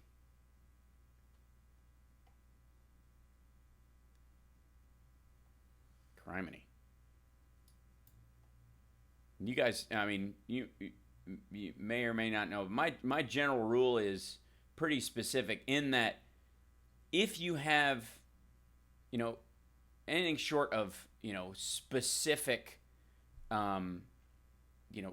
abuse, even if your parents are jerks to some degree, they're your parents and you should be able to see both of them. Anything short of actual violence, anything short of abuse, and therefore also zero tolerance on abuse. Once that happens, physical abuse, verbal abuse, that's that. But anything short of that, Lucky Birdland. Thanks. Oh, I won't hurt myself, Charles. Sorry, was that Chris? Yeah, Chris said that. Yeah, I won't hurt myself, Chris.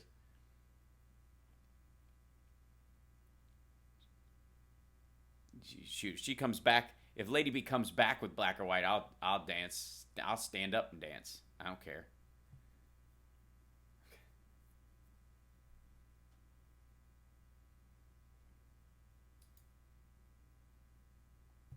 Yeah, thanks, Julie. I agree. I mean, I think it's life. You know what I mean? And if you were able to kind of just vacillate between which one of your parents was being less jerky to you at any particular time, it's just not healthy. You gotta. Not everybody in your life in relationships is going to be consistently behave the way you want them to behave, and that lesson starts with your parents. My dad and I had a really rough period during high school or whatever, as teen boys and their dads will often do. And that just deepens my love for him now as his son. We both learned a lot.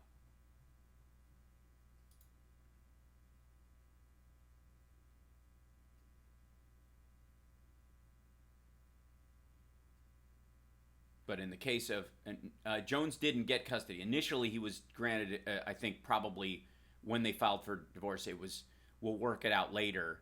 But she did it. Now back to the Hal Sparks radio program, Mega Worldwide, 773-763-9278.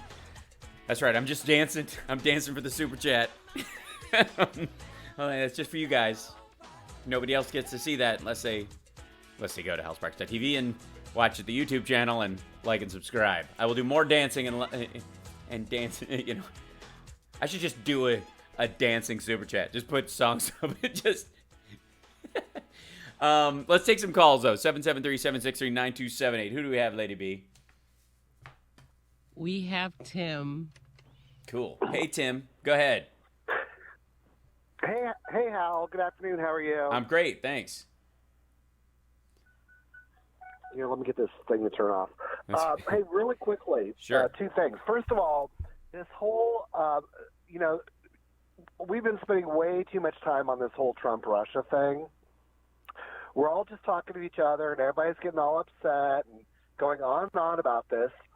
Poor Stephanie Miller is spending 3 or 4 hours a day, every day, on nothing but this. And it's just not, unless something really major pops, it's just not worth hashing and rehashing all the time. Here's the issue with it, is that new stuff comes out almost every day. Every 2 days, there is a major revelation in this story. It is a legitimate story. It is not about the election. Ultimately, while I do think that manipulation in our election and collusion to manipulate our election is a crime and needs to be investigated, my concern is ongoing relations with Russia and manipulation of the White House via that, and I do believe that is an ongoing concern, and that the manipulation during the campaign is indicative of that. I don't think it's something you drop and move on from. I think anybody who is upset that, say, we didn't go after bankers after the 2008 election, this is on par with that as far as what it allows to happen to Western democracies all over the world. That we were the first major attack. They are absolutely manipulating the French elections. They're going to absolutely and putting their fingers into the German elections. They're obviously played a large part in the Brexit vote. There is literally information coming out that hackers were looking into voter rolls, not just to manipulate people, not just to spread stories through the Macedonian, fake news crowd and all that business, but literally to affect voter rolls and debold machines. If that turns out to be the case, that undermines our ability to conduct elections, period. So no, I don't think it's a minor aspect of this White House. And I also think that it is the single biggest hole in their armor for bringing them down and to keep them from doing all the other stuff we are concerned with. And in parallel, I do think the one thing that's important when discussing this is to discuss it in parallel with how that's meaningful. The anti-gay stance of the Putin administration, and how they run Russia is absolutely hand in glove with how, the Bannons of the world would like to run the Trump White House, and how the controlling members of the Republican establishment would like to run the White House. And that's just for starters. The tax code, the ability to undermine the legal protections of American small business, for example, trade policy, all those other things, those dovetail off of the fact that Putin has been successful in turning that country, which was a fledgling democracy, into a straight up oligarchy. And anybody who cares about the financial disparity in this country, rich to poor, understand that. The people who would like that to happen, Russia is a successful test case for making that happen. And it is an ongoing concern. The people who are advising Donald Trump right now were involved in manipulation of our election during the process and are now in the process of instituting policy. Do they need to get marching orders? No more so than Bill O'Reilly had to get directives from Roger Ailes to sexually harass his staff. They're cut from the same cloth. But if they wouldn't be there if they weren't. And that's why it's an ongoing concern. So no, I don't think we talk about it ad nauseum at our detriment. And I do think people are starting to care. And with a 6% approval rating amongst most Americans, Putin is a great target to lash to this president from a strategic marketing standpoint. If you want to look at strictly, why it works on the visual narrative, what do you think we're missing by discussing this? I think is the more important thing.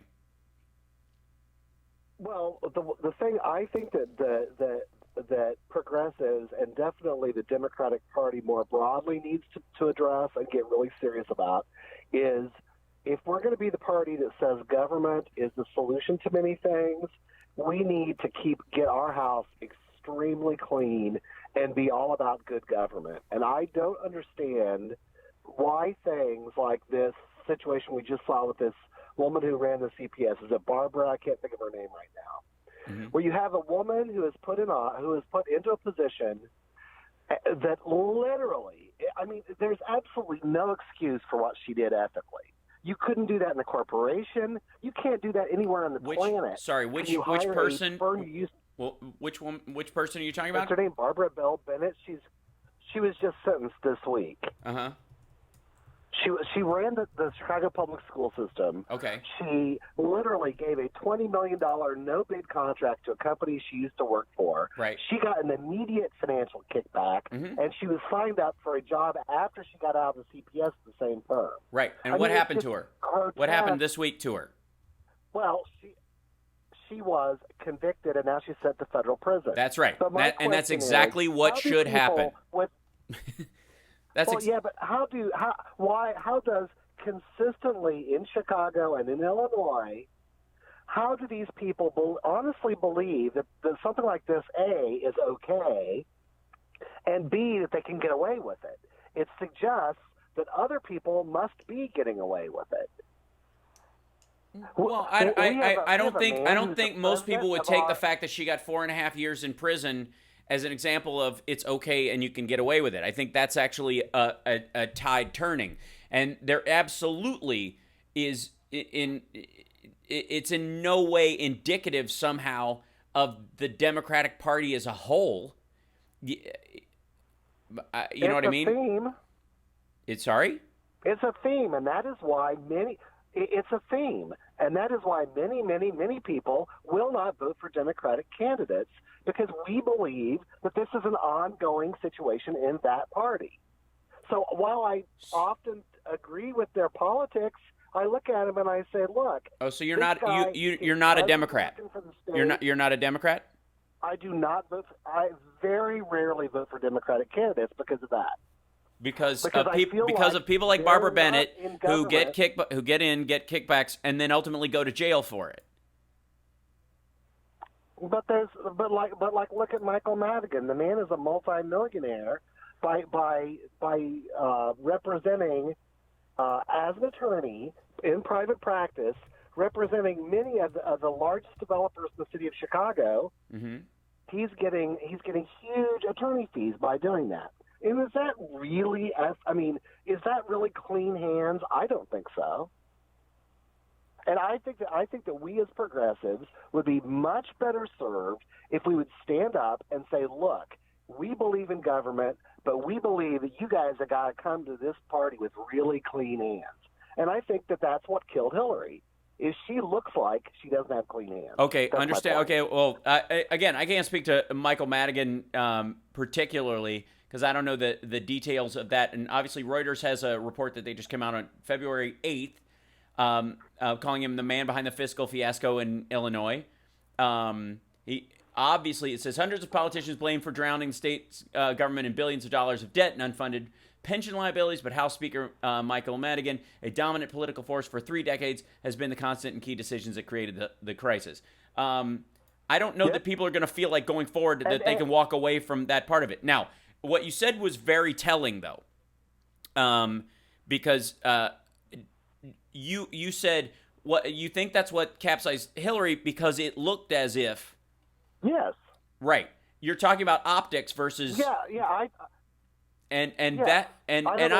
believe that as a voter you have more responsibility than that, and that if there are people who go, if Barbara Bennett goes to jail for what she's doing, if Madigan is been revoted in 3 decades in Illinois, that is certainly a concern. Well, he again though he comes from a little bitty House district where a huge percentage of the people are part of his quote unquote patronage army. Again, not something I would suggest is good government by any means. But my question about the Barbara, whatever her name is, issue Bennett. isn't so much she did it and she's going to jail.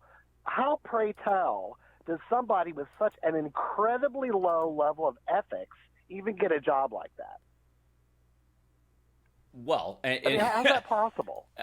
Well, it's possible because it's on so many levels. You can either say that she worked her way up and she didn't actually realize how much graft she could actually get until she was in office, that she didn't have dirty hands the entire way up. She just realized she could cash in this one circumstance, and she got caught because she wasn't good at it, whereas other people have been in government for ages and are much better at it and don't go to jail. That would be a big one. But here's what I would say. This is the question, though. Here's the big question that I have for you, because you can argue against the speaker, the Illinois Speaker of the House, coming from a small district and has been there for so long that he has seniority within the government, so that of Illinois, that allows him to make very distinct decisions over the budgetary concerns of the state. That in and of itself is a governing philosophical element. That's about seniority in government and how long your particular district has put you back into the government, as if that's indicative of how you should operate for the rest of the state, which it shouldn't. But that's an organizational element of how the state house works. But I still fail to see how that makes the Democratic Party as a whole in their ideas, even based on your perception, somehow less than the Republican Party, or would lean you in that direction, or not voting at all, and argue that because corruption happens, is rooted out, and the woman goes to jail, that's somehow indicative of why people shouldn't vote until there is zero possibility of corruption in a political party, is sort of an absurdity. Well, but first of all, it's endless in Illinois. It's endless in the city of Chicago. It's not endless. It's really hard to take people seriously. Oh, yeah. It's not endless because you take everybody else for granted. Because everybody else who's operating around Barbara Bennett. The Chicago Tribune just had a report last week that under Quinn's administration, they put a whole bunch of relatives on the what's it called? The IDOT board, none of whom have any experience in government or transportation or anything else, right? All with 6-figure salaries, all just because they're somebody's cousin. I mean, it's truly endless in this state, and I think it's incumbent on the progressives to stand up and say, this is not how we want our government run. Well, then run for office. And we need to back and get serious. Right. Well, yeah. We need to get serious about candidates like Bernie Sanders, who are honest, hardworking public servants, who aren't multimillionaires, who aren't doing $400,000 speeches. And cut off these people like the Clintons, who have been at the public trough their entire careers. Okay, but were you 100%? Wait. Let me real quick. We don't have a ton of time left in this segment, but I do want to say this: are you 100% on board with Bernie Sanders' voting record and his platform? Are you 100% on board? Probably 70%. Okay. Why? Okay. So would you say that more than 30% of the working political figures in Illinois are criminal or are anti-progressive in the Democratic Party? 30%? Yeah. I don't know what percentage. Okay, but what I'm saying is you're okay with 30%. I bet we can find very few elected officials in the city of Chicago on any level who do not have at least one relative working for the city. Well, that widens it open to saying that some people, sort of the family business, that you go into government because you grew up around That's that. what I mean, though. I mean, But that doesn't automatically make it wrong. That's not that's not the same as handing off the government to somebody else. That's not dictatorship. That's just saying my dad ran for mayor. I grew up around it, so I'm going to run for city council. Is that somehow, should that not be allowed? Is that what you're saying? A lot of people, but there are a lot of people. In fact, I bet if you took I'm sure if you took a poll, a lot of people would suggest. Well, I think it's really simple. I think there needs to be a law that you can't appoint a family member to a position you have control over. I mean, that should be they should be able to. That should be a city or state. Yeah, but the way they get around that is I think it is. The way they get around that is they have somebody else appoint them, and then they appoint their cousin. I mean, it's widely known. It's an established practice in this state. Okay, is it simply a Democratic problem in your opinion? I think so. You don't hear Republicans doing this, and one of the reasons you don't hear Republicans doing this is because many of them are not like the government is not their life. These guys, they're all lifers. That's all they've ever done. That's all their family's ever done. Oh, I see. Many of the Republicans who are running had careers and things and lives. Okay, first of all, I appreciate the call, but I will say this. I'm going to end on this real quick because we're over time. Actually, working in government and public service is a life. It is doing something. And governing is not a business. There's the profit margin, again, on government activity is not cash. It's the welfare of the human beings you look out for. Is there corruption in the Illinois and Chicago government? Of course there is. Is it our job to point it out when it happens? Of course it is. Is it indicative of the Democratic Party as a whole to the extent that you should vote for Donald Trump or do protest votes every time until it's 100% clean? It's an absurdity. And I think you live in a fantasy land if that's how you view voting. That's my personal opinion. We'll be back right after this. More of your calls, 773-763-9278. Okay, that was just ridiculous.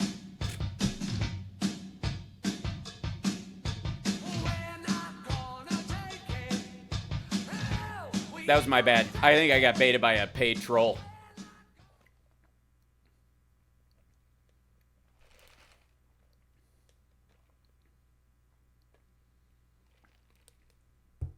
Yeah.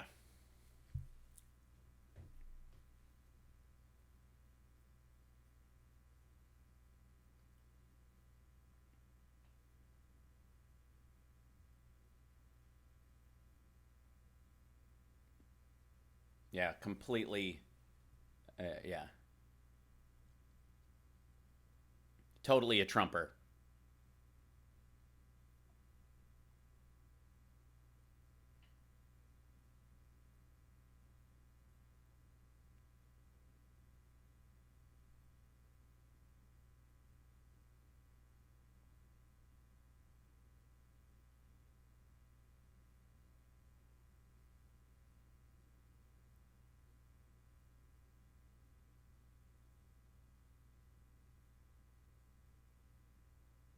Mm-hmm.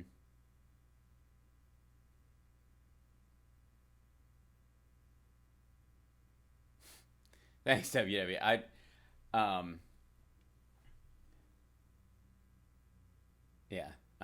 I try, but I think that was, I think I got suckered by a paid troll again, and I think I gave him a little more air because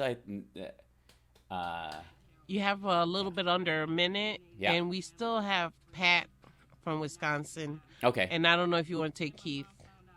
Because we got short time. That's right. We'll do Pat as soon as we come out. Yeah. Okay. Just tell him to keep it tight, and I'll try to get both of them if I can real quick.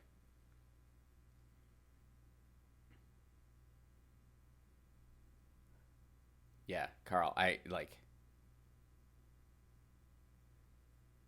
Oh, thank you, Maureen.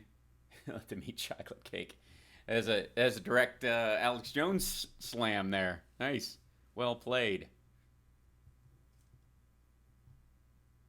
Yeah, I was basically going to say that because he sounded as though he were gay, I gave him a little more deference to say his piece, even if I disagreed with it first. I did. Welcome back to the Hal Sparks radio program, Mega Worldwide. It's now time for the happy ending. Welcome back. We got a couple more callers real quick, if we can let them say their piece without me interjecting too much, and then we'll, and then we have a happy ending. So, who do we have, Lady B?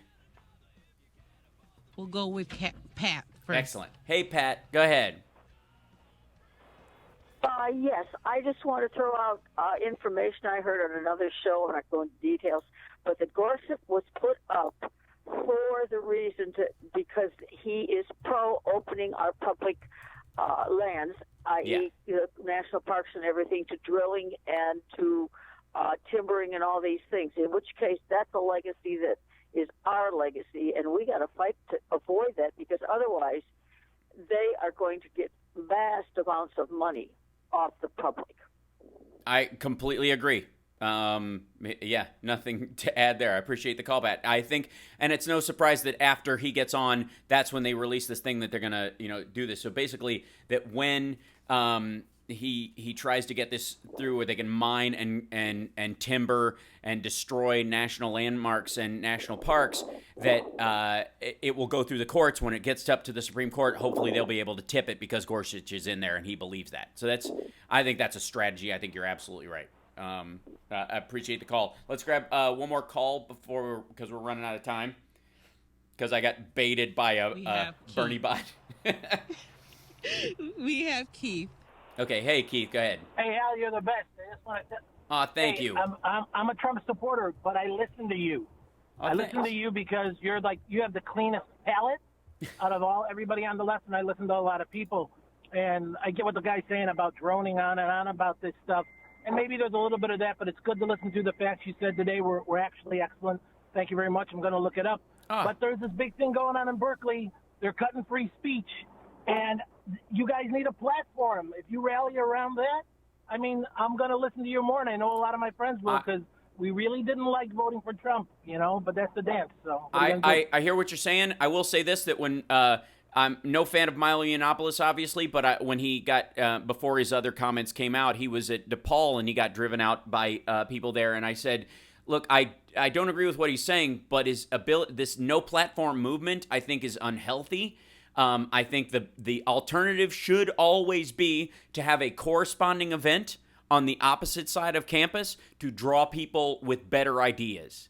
And it should always be that. And especially college campuses where you should...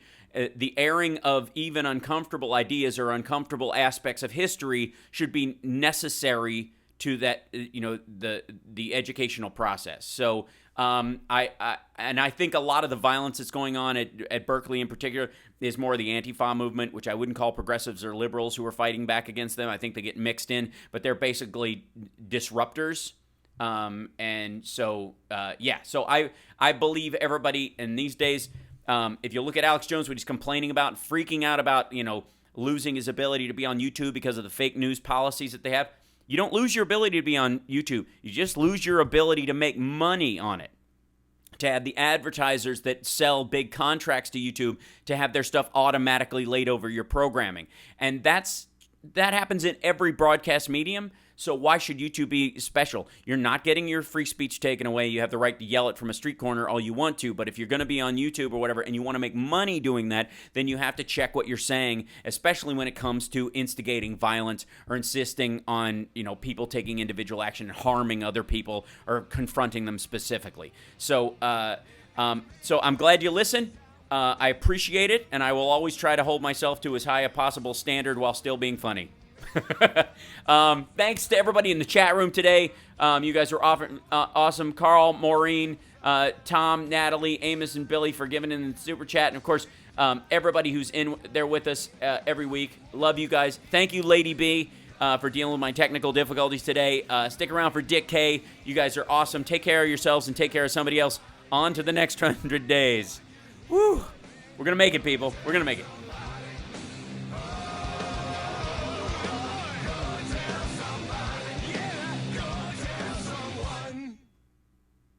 Yeah. Cool.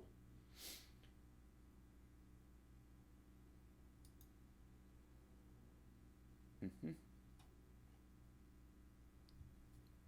Okay.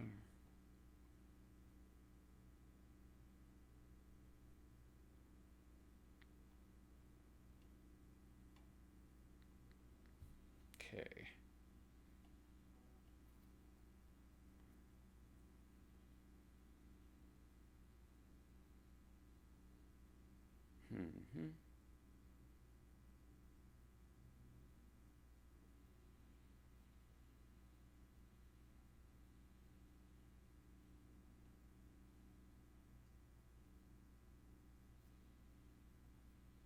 Oh, I see.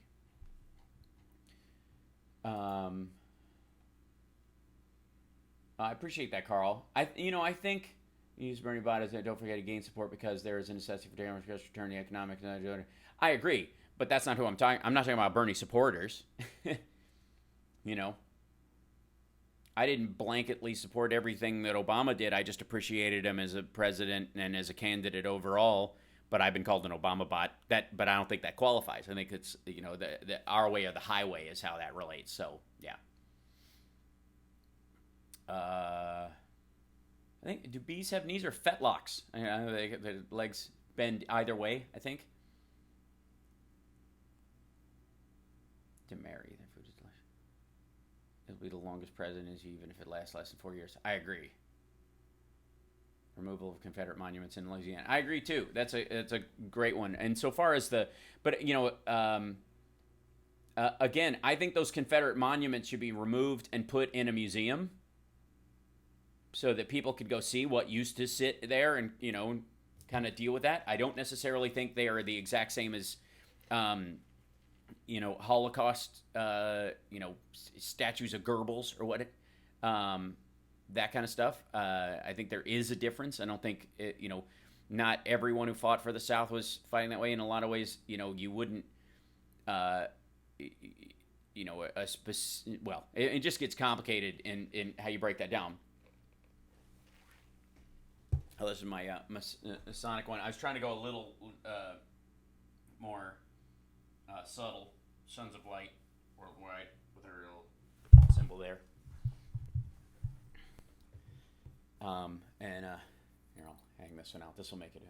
What's up with Bernie lately? The Unity Tour was awful. I appreciate that they were trying to do it. I think it was a little silly, but I think they were really just trying to benefit from the fact that as an individual politician, he's not actually being helpful at all.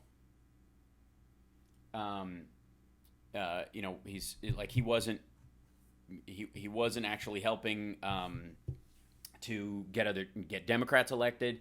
I think the whole thing about him, like saying no, I'm not a Democrat or whatever. Like, you ran as a Democrat, dude. You should have to be. I think it should be part of the party's thing that if you want to, if you want to run for office, you have to.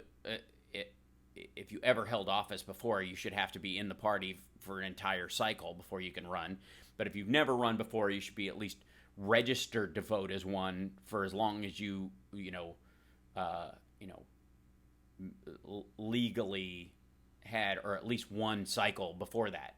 So if you're 18 and you register and you run when you're 20, that's fine. Or if you've been registered, you should at least have to have been registered for the entire last cycle. Really, slavery was a form of genocide. I agree. No, that's not what I'm saying. I'm saying the generals, those statues can be taken down, but not everybody who was involved in the fight on either side was pro or anti-slavery in and of themselves. There were Northern soldiers who were making territorial fights who thought that maybe that Lincoln would drop the whole slavery thing after the war was over. So technically, they're Northern soldiers who were fighting for slavery. There were also Southern soldiers who were abolitionists who thought it was a land grab, so they fought for it. So I'm just saying it's more complicated than how the Germans viewed it.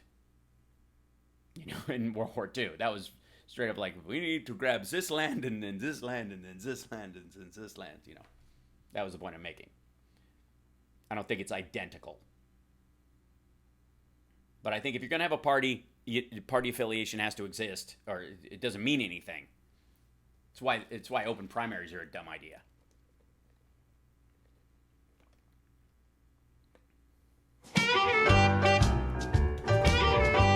Nope, there you go. Wow, wow, wow, wow.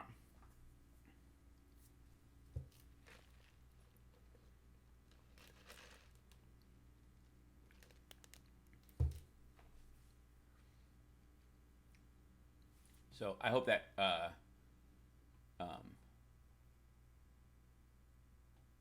Amos, that clarified what I was trying to say there, hopefully. I don't want to get into Sean Spicer land. At least they never... Right. Civil War is a very complex matter on behalf of the participants. Even Lincoln's view on it changed dramatically as the war progressed. Exactly. And it was, it was... Nobody passes a purity test. Nobody does. And I think that that argument that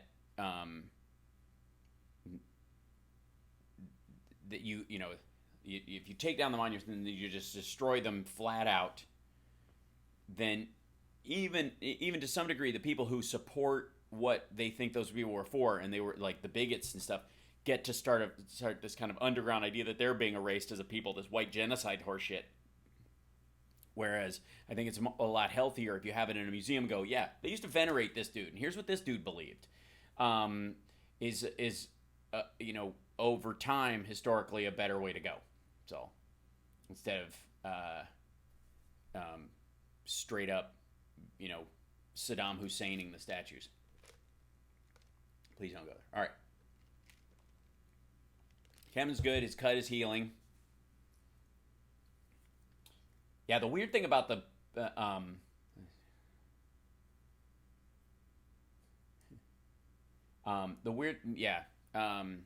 he's gonna have a little scar across here for a while, but we'll Moderna the heck out of it.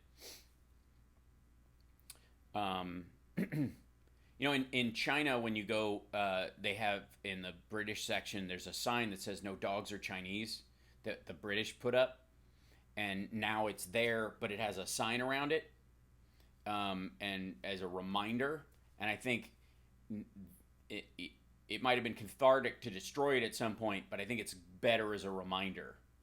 Move it, they left it there. But if you put it in a museum, go, wow, this sign used to be everywhere. I think it's got value for that reason. So that's the only reason I would keep those statues. Otherwise, they could just go. But that's my argument for putting them in a museum.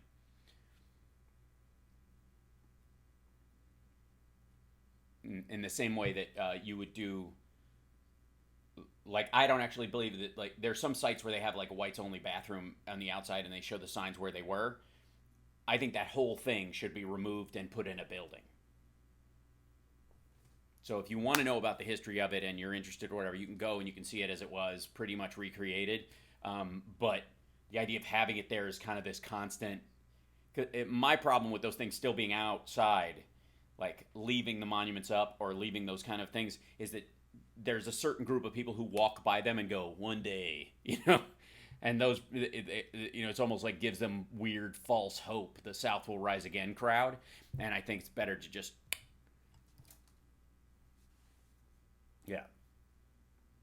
liberals need to emphasize how GOP trickled down. I completely agree. I've never expected purity from Bernie. Didn't mind he voted in favor of guns, but whatever. But supporting an anti-choice candidate, that's where I draw the line. Yeah, again, that's what it's kind of my argument was, though, is that I don't agree with that. Does it mean the rest of his economic message is wrong? No, absolutely not. He wasn't a candidate that I felt I could support on my own. That was my decision about it. But that doesn't mean that the points that I do agree with him on, I wouldn't be all right with. That's right, Carl. Yeah, Confederate symbology should not be attached to any edifice connected to the present government. Yeah, because they lost and they were trying to win for such an awful reason that they don't deserve. It's absurd. And it's so funny how many people who are like, and do you think the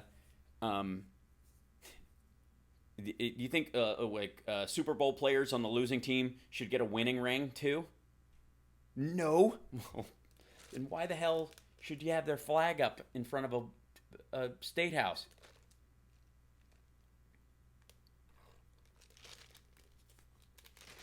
Yeah. That's right, like Dylan Roof. Absolutely. I mean, in its own way, YouTube, oddly enough, you have to take these off because I don't need to actually. Museum is a good place for it also be like erasing history and dooming ourselves to repeat it. Yeah.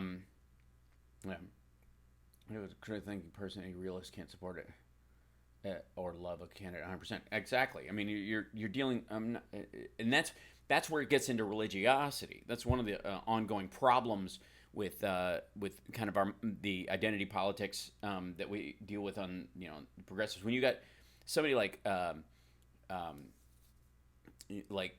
Sanders running, or in the case of Hillary being the first genuinely plausible female candidate running, that could make it, that could win, and ultimately did win the popular vote, and Obama to some degree, you get people who are so caught up in them that they can't even support them correctly because they're too busy in this kind of glossy support that if you argued a point that was wrong, if you said, okay, I don't like this about them, they can't argue that because it would cut against their overall kind of Vaseline on the lens vision of what it means to support the candidate. That's the bottomed out version of it, where they can't see any negative, but also they can't support the positive because they don't bother to learn the details of what makes the positive so positive, because they generically like the person so much, and that they don't want to get into the deep reads. I shouldn't have to argue it,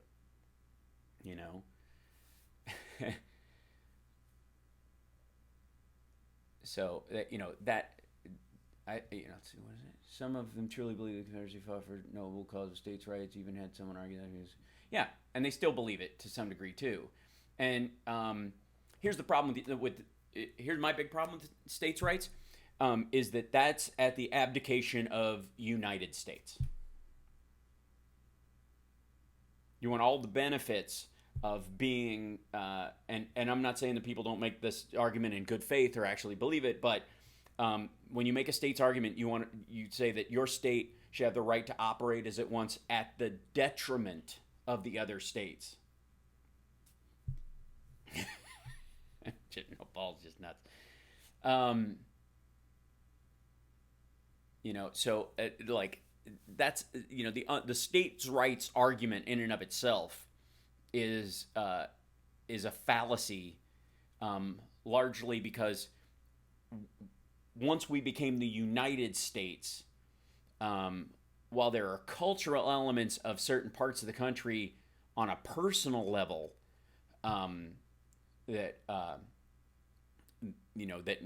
can be maintained or whatever, that the federal government really wouldn't have a say on it.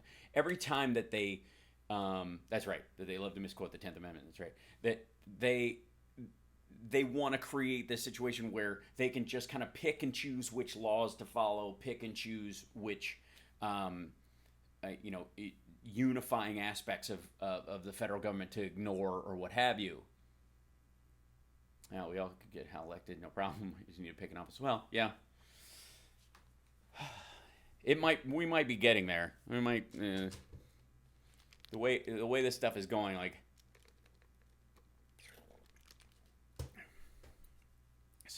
might be time to primary Dianne Feinstein. Yeah, they want to be American, but not the United States of American. Right, that's right. That's what I've always said. Republicans love America. They hate the United States part. And, that's the tough part. And Democrats and progressives have a responsibility, I think, and it's much more complicated to deal with the compromise that is this society.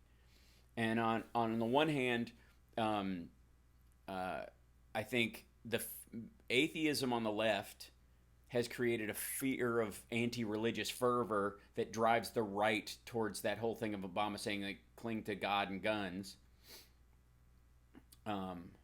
What's the Obama frame piece on your wall in the back? Oh, that's a framed picture that I got at the inauguration. That's his portrait. So, yeah, I got one. I hang it on my wall. How you like that? How you like them apples? Yeah. I'm like an old FDR Democrat that's got their favorite president and a really nice picture on their wall. So when I'm like, crotchety and wandering around the house going, that was my president. He's a good man. I want to be that. I want to be that old guy, But again, I have. She may have to go, but old isn't the reason, Maureen. There's a lot of old people with a lot left to give. I'd go for somebody older than her who had, had more value. They don't have to stay forever. Over under 50%. What are the chances that President Obama donates some or all of his speaking fees that caused a kerfuffle to charity? I don't know for sure. And I wouldn't doubt that some of it goes into whatever their, foundation is and that kind of stuff. Again, you got to understand, I don't have this problem with him speaking to these people and giving a speech. If they're going to pay him to do a speech, you have a responsibility, I think, to go and talk in front of those people. If they're dumb enough to pay you to do it, go there and make the point. Again, this is the same thing that came up with Hillary. There's so much flip out of this. Understand this. Hillary made more money giving speeches to the UC Regents, to the UCLA, than she made speaking to Goldman Sachs. And nobody ever said she's in the pocket of big university.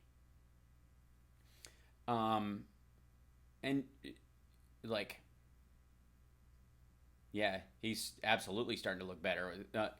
Although I personally, I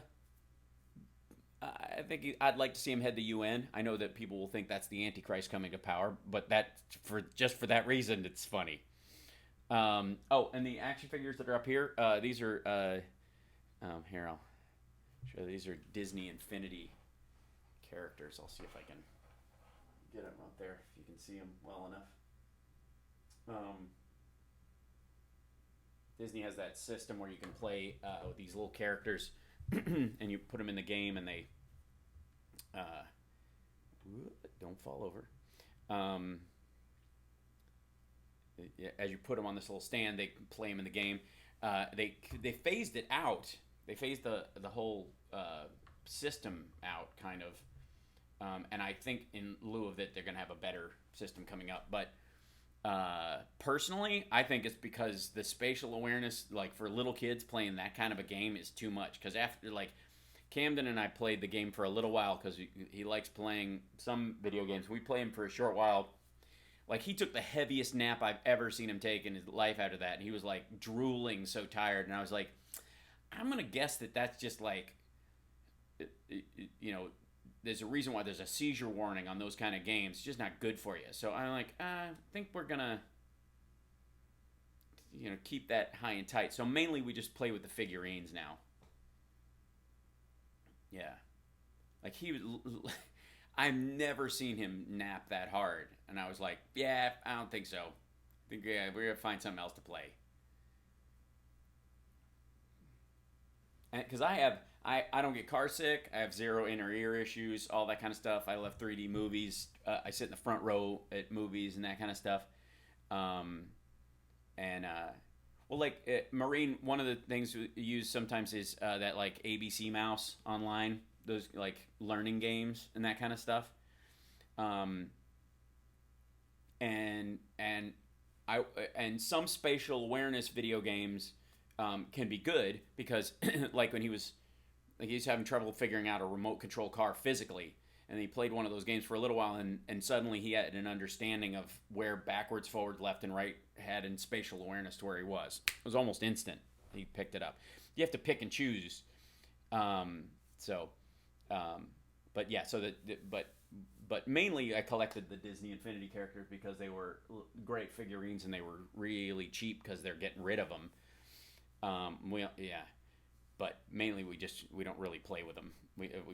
He just plays with the dolls themselves and spends a lot of time going pew, which is cool.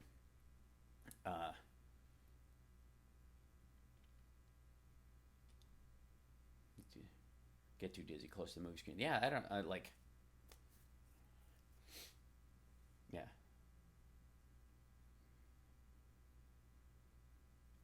Here's the thing about the establishment Dems or establishment whatever. Okay, some establishment, but at a certain point, Elizabeth Warren is going to be establishment because she's been there long enough.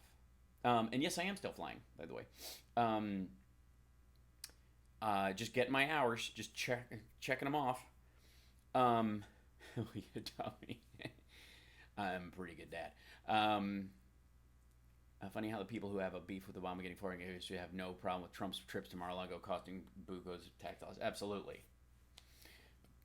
And again, what are you saying when you're there? If you're going to talk about healthcare and you're trying to argue to these people, stop fighting it. If you went and had a private one for no money, people would go, why is he meeting with these people? Like, there's no win. And at a certain point, you have to be able to talk to anybody, whether or not you're listening to them and the bad stuff that they might be saying or trying to sway you with. That is effectively an important question to ask. But this idea that you don't ever is a little silly, and that includes giving a speech to Goldman Sachs. Like, go give your speech. And if you wrote it down, you can release the print of it. And if you're, the people who expect you to just go up and, give a John Cleese talking to the architectural board and the architect, you excrement, you lousy, stinking, whining toadies with your Tony Jackson golf clubs and your color TV sets, that's what this is the speech that they would want you to give. And anything short of that will look like collusion, But the idea is, and again, Charles, I agree that I think people want him to tear him a new one, but there's another version of going, look, I know you guys aren't evil, you don't want to harm this. Are you going to make more headway? Are these guys who aren't going anywhere, are you going to actually get them to take a step back, and not fight this so hard? Like, just don't bring it to the fight. Can you win that way? I mean, and that's a strategic, that's a tactical decision, and you can argue against it, but it is a tactic. Yeah, I love John Cleese too. Oh my God, such a brilliant man. And it's funny because I never got to my whole reading of the little Trump wish list or whatever. I'll have to deal with that. I'm going to stack this up because we have to talk about this next week for sure, because I want to break that down. And I went through, what he thought would, his big strategic elements of the ones that actually showed up in what he's going to do.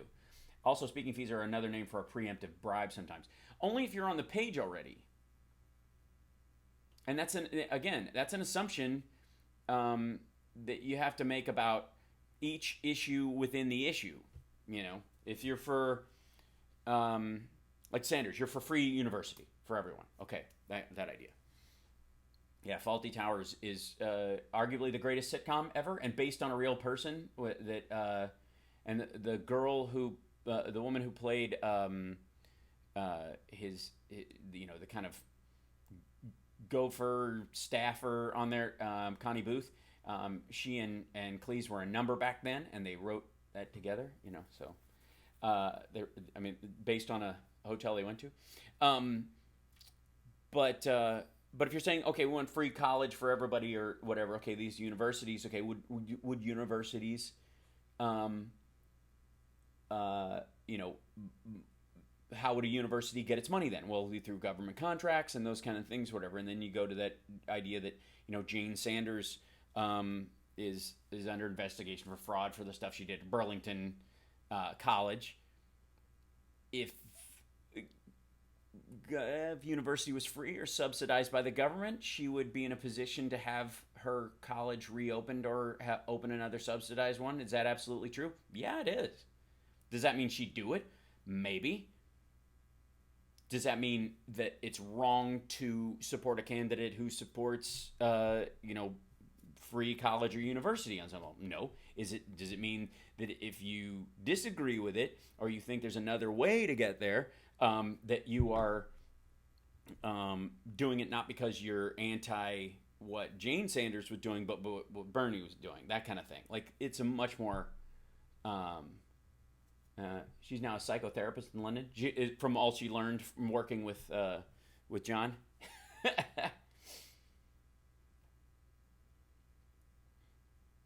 So I'm saying the idea of a purity test is always a mistake, and the idea of also writing off an entire party based on anything other than their platform, because of individuals in them, is a mistake. And it's short-sighted and dangerous. But it becomes, it's what that one caller was selling this week.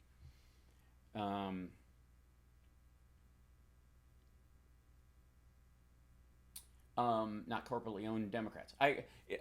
Elizabeth Warren is the type of person we need to influence the establishment, not corporately owned Democrats. I agree. But let's understand too, which corporations are we talking about? Because somebody who's got, if Tesla or Solar City or any of these other companies are supporting a candidate, they're technically a corporation. That's why the idea of the phrase special interests, that phrase means nothing anymore.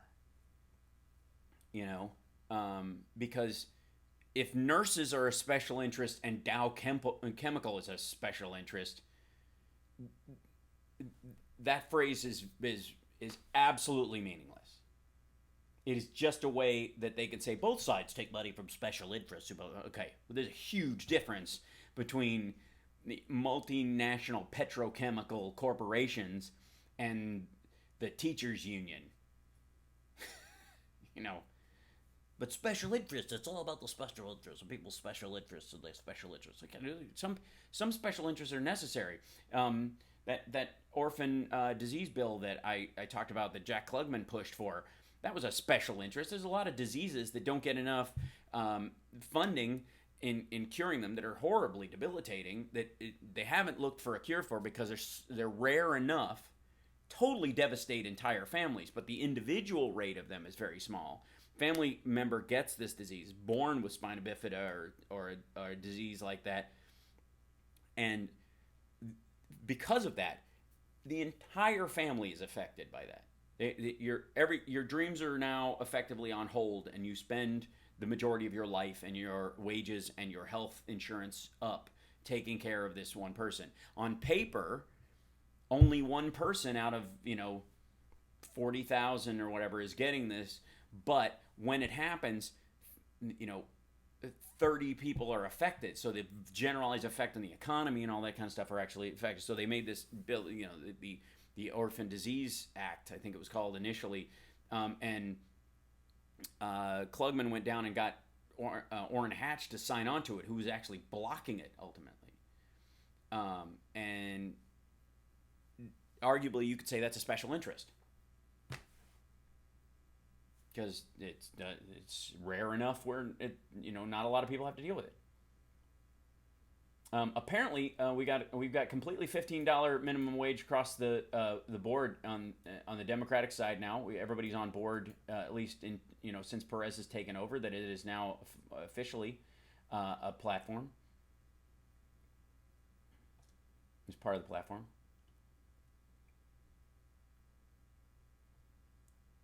Yeah. It's this idea that the government should be run like a business is an illness. It is a mental illness. The profit of a constituency, of the people of a country, is borne out specifically in the health of the people who the health and meaningful wherewithal of the people who live in the country. That how well they do and how effective the government is in helping people who have a dream or an ability to see that through to its its greatest extent. That's the profit of a country. Speaking for his presidency does not depend on the situation. That's why I think that President Obama's speaking will not be a bribe. He's no longer running for office. I agree, but I also think that he would have given that same speech before he left office, or when he was running, maybe even like Hillary did, but recognized the optics would be bad then. But now he can kind of go and speak to these people, and you go into the lion's den to some degree. I don't know that I would ever find myself doing that, but I have to say that if I was running for office against a well-funded candidate, and I was given a chance to speak at Goldman Sachs for, $300,000 or $400,000 or $200,000, and I wasn't going to change what I was going to say or how I was going to behave after the fact, and I was running against someone who was trying to take women's health care away, or deny them choice, or end the rules against gender or sexual preference discrimination. And like, okay, I'm running against this right winger who's completely nuts. This is a good intellectual exercise to kind of go through.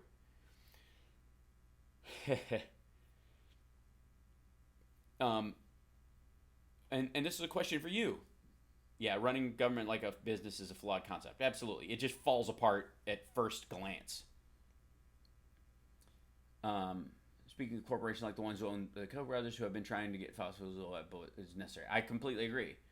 But at the same time, let's say the Koch brothers, I'm running to be, the Democratic nominee for the party at this thing, and I'm offered $150,000 because I was on Lab Rats to go speak, give a corporate stand-up bit or give a speech because of that.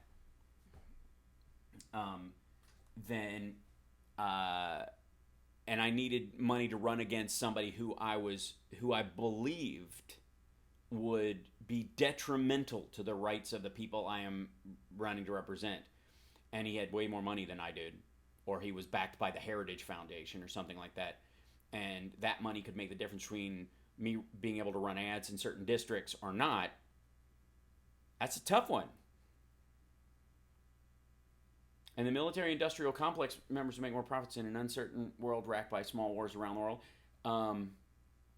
I agree though. If Northrop or Boeing paid me to go give a speech, and it's a big difference. They said, we'll give you $300,000 if you'll sit in a chair and let us present our ideas to you. No, we'll pay you $400,000 for a listening session.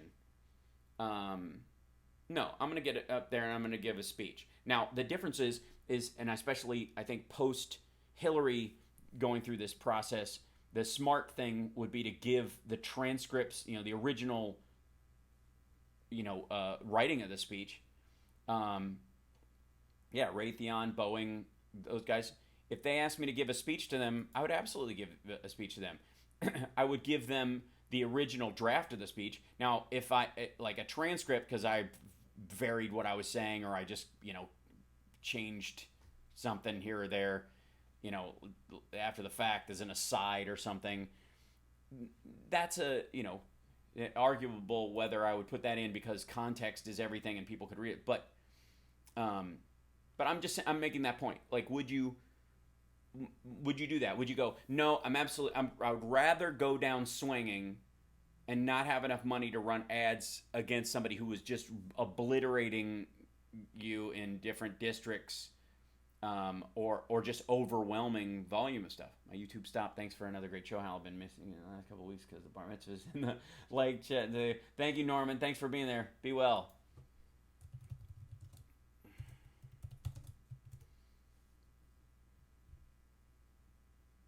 Wish I could get paid to speak. Yeah, in my speech class, we were taught not to write down the speech. We were taught to use an outline what we're going to say. Nobody wants to watch you read. I agree. Although if you're giving a speech and you're using teleprompters, which often happen, or you're doing very specific remarks, sometimes you do that. Extemporaneous speeches are different than an address to a body or whatever. And if you're talking to Wall Street or an economic group, or you're talking about tax policy and those kind of things, it doesn't hurt. I would probably be more off the cuff because that's how I am, no question. But again, if I was asked about it, if I was brought into Goldman Sachs and they said, okay, and this is about having a standard. This is kind of an important discussion to have, like before the fact. If I ever decided to run for office and somebody said, you gave a speech to the UC Regents and you're for the government providing all loans as far as school, and that there should be an intellectual tariff in the country, that meaning that American students always get first run at it, and anybody else has to pay a secondary fee on top of it if you want to come from another country and go here. And you can, by the way, you can work off that tariff if you stay in the United States. How about that as a policy? But let's say I was going to give that speech about what I actually think, and this, you guys get to learn today what I really feel about how university should run. And I would start off my speech by saying I didn't go to college. I don't think everybody should have to go to college. And in certain industries, I think it's detrimental. And in other industries, especially ones where you need an accreditation to continue to work, being a doctor, being a lawyer, and those kind of things, it absolutely is fundamental. And I think everywhere else, it can broaden you if you're not, that kind of thing. I would give that same kind of speech that I would give to almost anybody. And they would pay me, and then somebody would go, how can you argue that you think that universities of Ohio, you're paid so much by the University Regents? I was like, that was the speaking fee that they were offering to other equally well-known speakers, so I'm not going to take less just because. Sounds like indentured servitude. Which one? What I just said, or those guys? Well, indentured servitude isn't, no, because you can technically, you can leave at any time. Indentured servitude, you'd eventually work out, but you're benefiting from that tariff is all. You're coming from another country, you want to work here. It's just basically so you don't do a brain drain. The idea that you would come to an American university and then take what you learned back there when, if the government is picking up a bigger aspect of the financial bill of the education process for non-citizens to do that, to benefit from it. There's already a perfect way around it, which is create a better education system in your own country, which is ultimately what it has to do. Heading to a local open mosque day shortly. Got to keep supporting our Muslim community. There you go. You need to emphasize getting a minimum income program set. In future, more and more workers, retail drivers will be unemployed. No employment alternatives you get. I agree. I think a baseline wage, as opposed to a welfare circumstance, like we just go, yeah, this is our baseline wage, nobody falls below that, is a great way to operate. The problem is you will absolutely have people take advantage of it, but the few that will take advantage of it and use it to detriment should not weigh against the vast majority who will use it to actually keep themselves afloat during rough periods, and to also make sure their kids are well fed and the like when they raise them. So, and again, an aspect of American exceptionalism. What makes you great? I say acting is one of those careers maybe best taught by association as well as being formally taught. Likewise, stand-up comedy. Stand-up, there is no education for it. The only education for, I think, a liberal arts degree or those kind of things, like having a wide knowledge base is very functional for stand-up comedy, but but you should just do it. Like a class on stand-up is like embarrassing. And I've taken them, but only because I needed the tape. I've never learned anything in a stand-up class that I didn't either already know and was obvious, self-evident, or that wasn't absolutely diametrically opposed to how I actually perform. Like why the fuck would I do that? But yeah. So let's see. 1 second. I've studied with both government-sponsored and institution-sponsored students. I'm not talking to you, Alexa. That's so funny.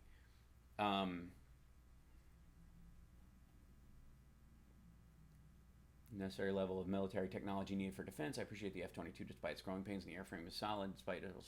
Yeah, again, Evernum, great point about the pre-bribe thing or whatever. But there are so many companies involved in the creation of the F-22 that if Hillary Clinton gave a speech, or if Barack Obama gave a speech, or if I myself gave a speech at any of these things, there's a huge number of people who would freak out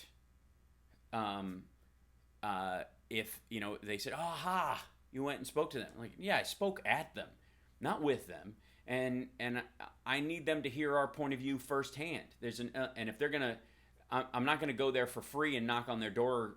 They're not gonna listen to me, Michael Moore style. But if they paid for it, they're damn well gonna sit there quietly in between, the entree and dessert, and hear what I have to say. And I'm not gonna be a jerk while I'm in someone else's house, in that regard, but I will speak honestly about my opinion about policy.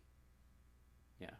If we spend more than the next 8 or 9 nations combined in defense, we could probably scale back without becoming suddenly more vulnerable. No, there's no question we could scale back.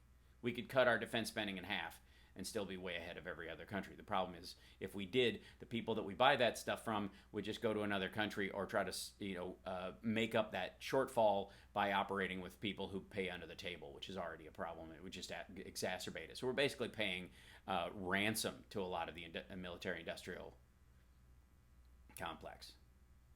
I keep thinking that a really tall Obama is standing in the door. The ghost of him. He's just, Hal, we've got lunch. We've got to go have something to eat.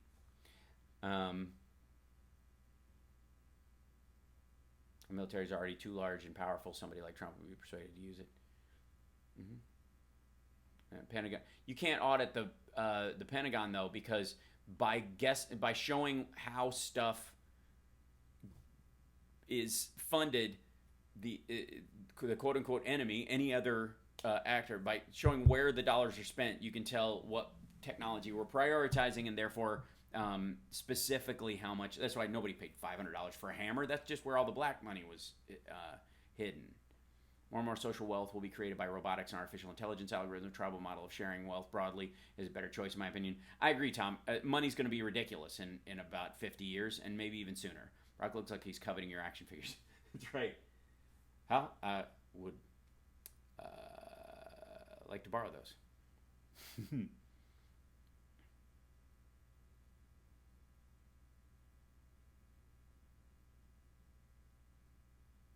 That's why it's so easy to defraud. That's absolutely true. But there's also it's also why it's so easy to assume fraud when it's really just hidden. I mean, that's a big part of the Pentagon's budget, is that you can assume that they're running off with it and this money is being spent willy-nilly or whatever because they can't tell you.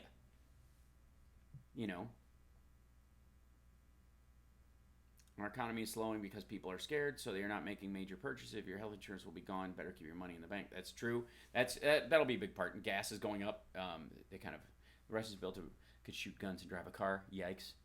Yeah. Amos, is a funny thing about that. The Russians have built a robot that can shoot guns and drive a car. That's basically the only job open to Russians right now. Is drive a car and shoot guns. If you want to spend a funny afternoon, look up Russian dashboard cams. That country is nuts. You do a much better Trump than Barack. Oh, thank you. Yeah, I haven't really practiced it. I like him too much. Although imitation is the sincerest form of flattery, there are much more sincere forms of flattery, like defending his legacy every week.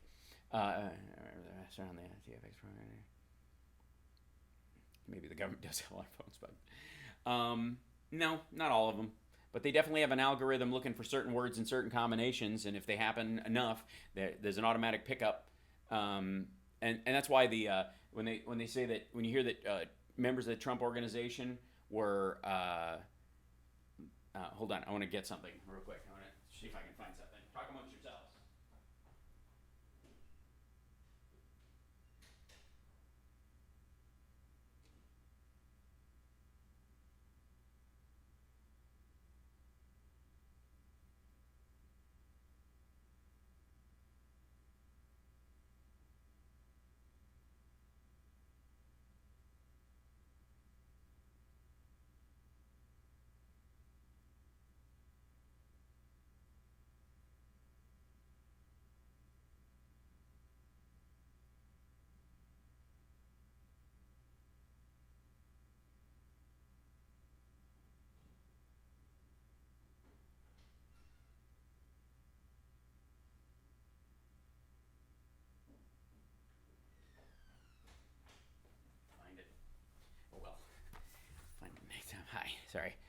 back.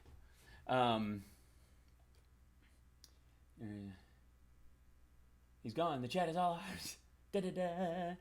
Point being is that if you gave a speech to any of the defense contractors, or you gave one to any of the banks involved, this is another argument about the the bonuses after 2008. Facial expressions were my favorite part of the show today. Thank you very much. It's very comfortable looking office chair. Great choice. Thank you. It is, yeah. And it's got this little flip on the side of it that allows you to like keep it from tilting forward or whatever, like, or locking it in place so it doesn't, like, you do this and it doesn't lay back. There it is. Yeah. Transonic dog. Is that, if you after the 2008 crash, there was a big thing like, why are bankers getting bonuses? This is horrible. They wrecked the whole thing. Why, going to Moscow in July, how hopefully they'll let me out of the country. Yeah. Be very careful, Julie. We'll be rooting for you. Don't join the chat those days. We'll miss you, but yeah, I would advise you not to do that while you're in the country. 'Cause I guarantee they look at everything flowing in and out. Or we'll do special, like, code. But when you the bonuses were going to, a lot of these banks had been bailed out by the U.S. government. They had a certain time to pay it back, or they would owe even more. There was the Obama administration put in these, like, tiered levels of, like, if we have to hold your debt this much longer, it enters a second tier, that kind of stuff. And in doing so, these banks were rushing to pay back the United States as quickly as possible. Some of them were, anyways. And because there was a profit that would be made. It was almost like check cashing or a low-end credit card payments, where it didn't take long before it started to add up. So they started giving bonuses to anybody who helped get them in the black sooner. Why are they in jail for their fraud instead of getting bonuses? No, because here's not everybody at the bank is equally guilty. Not everybody at the bank was even. That's why they had to start separating the mortgage departments from the rest of the bank, right? So there were people who were in selling, they either had insurance holdings, or they had, they were in savings accounts, or they were multiple accounts. This is what by the way, where the Wells Fargo got in trouble trying to get people to get extra accounts and all that kind of stuff. That was where the locals were trying to make that measure, but they were basically saying to people, look, if you can get us out of this debt quicker, we'll give you a piece of that. And so the workers had an incentive to try and balloon up the value of the company, instead of just saying, we got to pay this back, making everybody, trying to do it all by stick and no carrot. This was the carrot, right? Alex Jones being sued, I saw in the news by two different people. Well, Chobani Yogurt is suing him because he said that by them trying to bringing over refugees and hiring them, that these people were part of a child sex ring. It's more like like Yogurt Gate or something. Yeah, he's getting sued by Chobani. Yeah. At least some people guilty, but none of the C-suites ever got prosecuted. Yeah, well, that's the thing, though, is that the people who were getting the bonuses, per se, weren't the ones who were responsible for the crash or who got away with it scot-free. These were the people who helped, who were sort of, and they're not all, it's not all equally innocent or whatever. I'm not saying that. I'm saying that they were offering bonuses to people on a massive scale, probably bigger than ever, if you could help get them in the black in certain sectors quicker, right? So the idea of being against bonuses in a generic form was a mistake, because not everybody there was responsible. Again, it was the mortgage department that was selling these, credit default swaps and all that kind of crap. If you work in savings, or you're one of the, in the brokerage house that was part of Wells Fargo or whatever, you weren't equally guilty of the stuff that capsized the economy. You just weren't. There may have been some elbow rubbing in certain departments, but a big element of it was this group hey guys, everybody over in this department screwed it up for everybody. We owe the government a lot of money. Anybody who helps us meet these numbers at this stratagem, will get a bonus of what they've gotten or whatever. So some of them were extraordinary because of the extraordinary amount of debt that they were trying to upend. So the idea of being against bonuses is to some degree like being against an incentivized work program to get people. That was the way they tricked it though. Again, by saying you're against bonuses, it just kind of sounds generic and everybody kind of loses it. Whereas if you go, no, we're against, you can't use the bonuses for that, and you can't use them for the same department that screwed everything up. But being against them in general, it's kind of what I was talking about, like having that like Vaseline on the lens view of a candidate, where anything bad they're doing you ignore, as if it's nothing, and anything good they're doing you ignore the details about because they're good. You don't have to worry about it. I don't even know why. I assume all of it works, right? And the same thing's true of those elements, those pieces. As far as wanting bonuses not to be given out to the people who caused the crash, absolutely.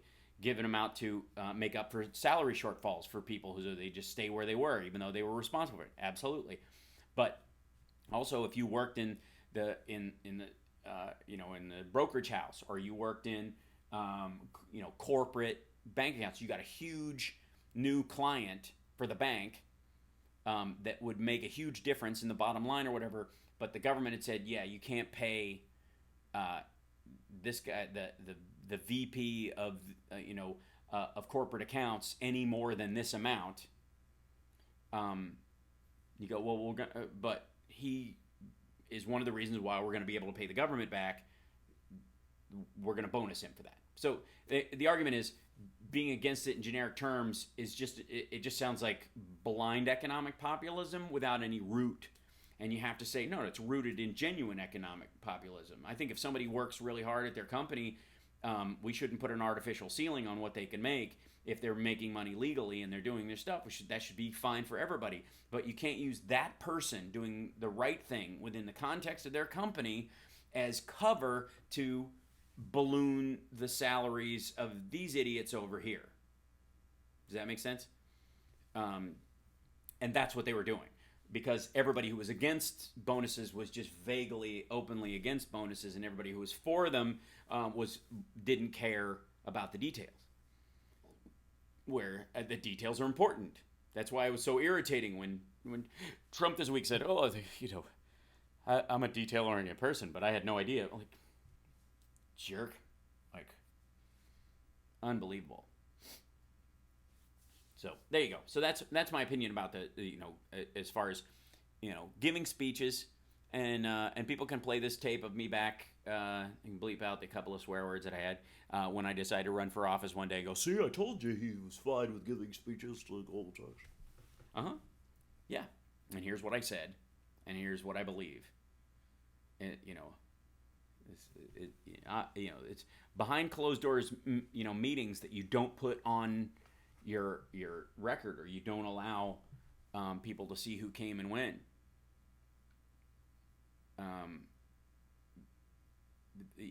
The tougher here, and here's the thing: not everybody you meet with in industry, is the same level of villainy. And there's some people who will believe that nobody who makes more than a certain amount of money, more than, I don't know, $1 million a year, is anything but evil. There's a certain group of people who just believe that, and they're gonna dust up the internet if you ever have coffee with someone like that, and you either have to go, "Look, I genuinely don't believe that," or you have to hide what you're doing. And I think it's better to go, "I genuinely don't believe that." And that borders on, do you believe people are genuinely good most of the time? Do you trust humanity? Tie top salaries to bottom salaries in corporations.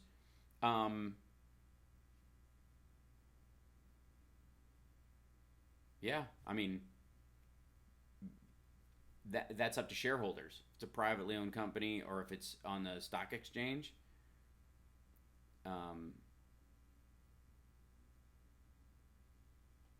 Yeah, I mean, I don't know how you, again, I think you should tie top salaries to the long-term growth profit of the company overall, for starters, so that somebody can't come in as CEO, work there for 6 months, jack up what they will make in the short order, but capsize the company in the long run, and then make off with a golden parachute. That's the bigger problem in corporations currently. That's what happens more often. It could be a law. It won't be a law.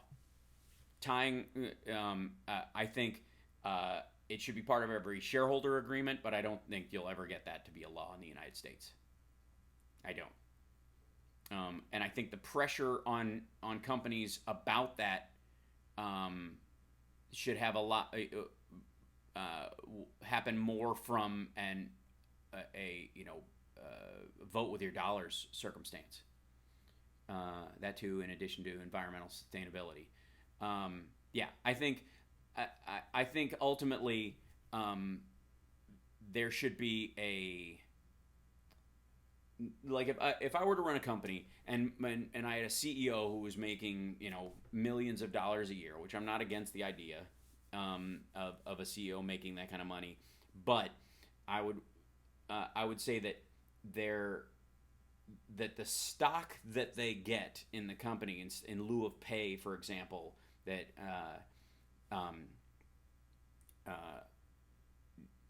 should have to pay out over after a 10-year window.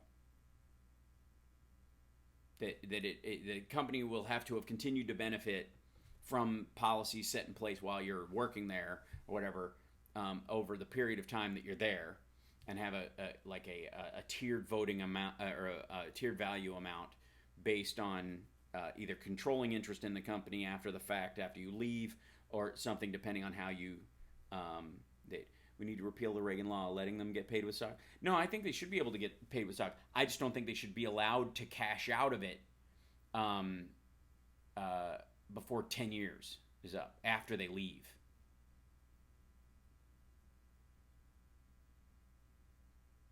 Because a lot of them would go, well, damn, I'll never choose to get paid. Good, then you get paid in cash. But if you believe the company's going to be around for a long time, and you've done your best, then you shouldn't have a problem with that.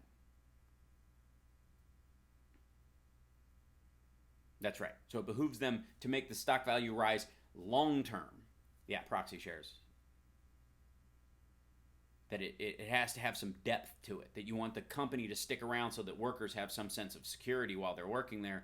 Then what you got to do is that they're going to make a decision about how the company's going to be doing in 10 years after the fact. Or whatever the 5-year cycle. Someone asked Hal about the patches.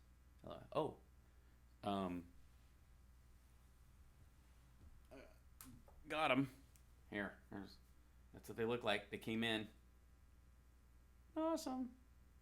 They're made out of vinyl, so that you can stick them on like glass or whatever, but also you can Velcro them on, or you can sew them in. They have a stitch line on the inside of them, so they can be stitched on. These are the red ones, and I'm gonna have green, a dark gray stealth version, a blue, and a yellow. And at current, you can make magnets out of them as well. The quality on them turned out so well. At current, I am not going to be selling them. I am only going to be giving them to you guys in the chat and certain like fans who come to a lot of shows, that kind of stuff. They won't be for sale. I'm just going to be bringing a certain number of them. I'm not going to have a camo one, but I will have a gray stealth version, gray and black. So regardless, the pins I might ultimately sell, and I might ultimately have cufflinks too, but and they're they're a little expensive to get made this way. But for me, it's just like about quality and about the group of humans that we interact. You know what I mean? I'll get the punks around. Yeah, absolutely. My cousin's gonna be wearing one on his U.S. Marshal uniform, which is cool. I got him a Velcro one that you can yank off, but I'm getting the gray one so that he can leave it on. Yeah, I'm gonna get cufflinks and little pins of them too. But recently it's interesting, and I'm curious. I would love at some point to have kind of a round table, and we'd probably best to be doing online, and maybe it's a separate thing. And Carl, I definitely want you there, and Dr. R, and anybody else who wants to be involved in this. It's sort of a round table of like best case scenario to get Medicare for all or get a universal healthcare system. What would be the elements? I mean to the point of minutia. Literally draft up what would be the bill. Okay, please do, Jude. Make his in Kevlar. That's right. But to get a, get together and kind of go, okay, if we did revamp tax policy, do an online kind of like, okay, here's our basic structured idea, like you would do if you were sitting around having a meeting about the the Democratic platform, what the tax policy is. Certainly more information than is in here. But to go through that and kind of, yeah, that'd be awesome, Julie. And start to draft up. I need to do the math and show them the savings. I would love to do that, as a generalized policy. We do have a secret symbol now. That's right. Find a way to cover homeless people with it too. Absolutely. Costco has a very good reputation. Yeah, I think that's growing, and I think the groundswell of it's just like organic farming to some degree. Yeah, there's some people who are skating by BS, pretending that they are, that they're operating a real organic farm, but at the same time, even you kind of have to look at the companies that are going to cheat about it, at the same way that you have to look at people who use welfare or S-chip or any of those things, or disability. Are there people who take advantage of it and cheat? Absolutely. The vast majority don't, and the benefits far outweigh the negative. And it just takes due diligence. And just this is the same argument with the Democratic Party or whatever. Like the overall progress of the Democratic Party has been extraordinarily positive, over the last 40 years towards what we want. Are there corporate Dems that screw with it along the way? Absolutely. Are there, conservative Dems who aren't for, gay marriage ultimately, all that kind of stuff? Absolutely. Does that mean you don't keep pushing towards the betterment of it? No. And that's there. Does anyone have some collective materials and the basis for a proposal? I'll always start reading to inform myself.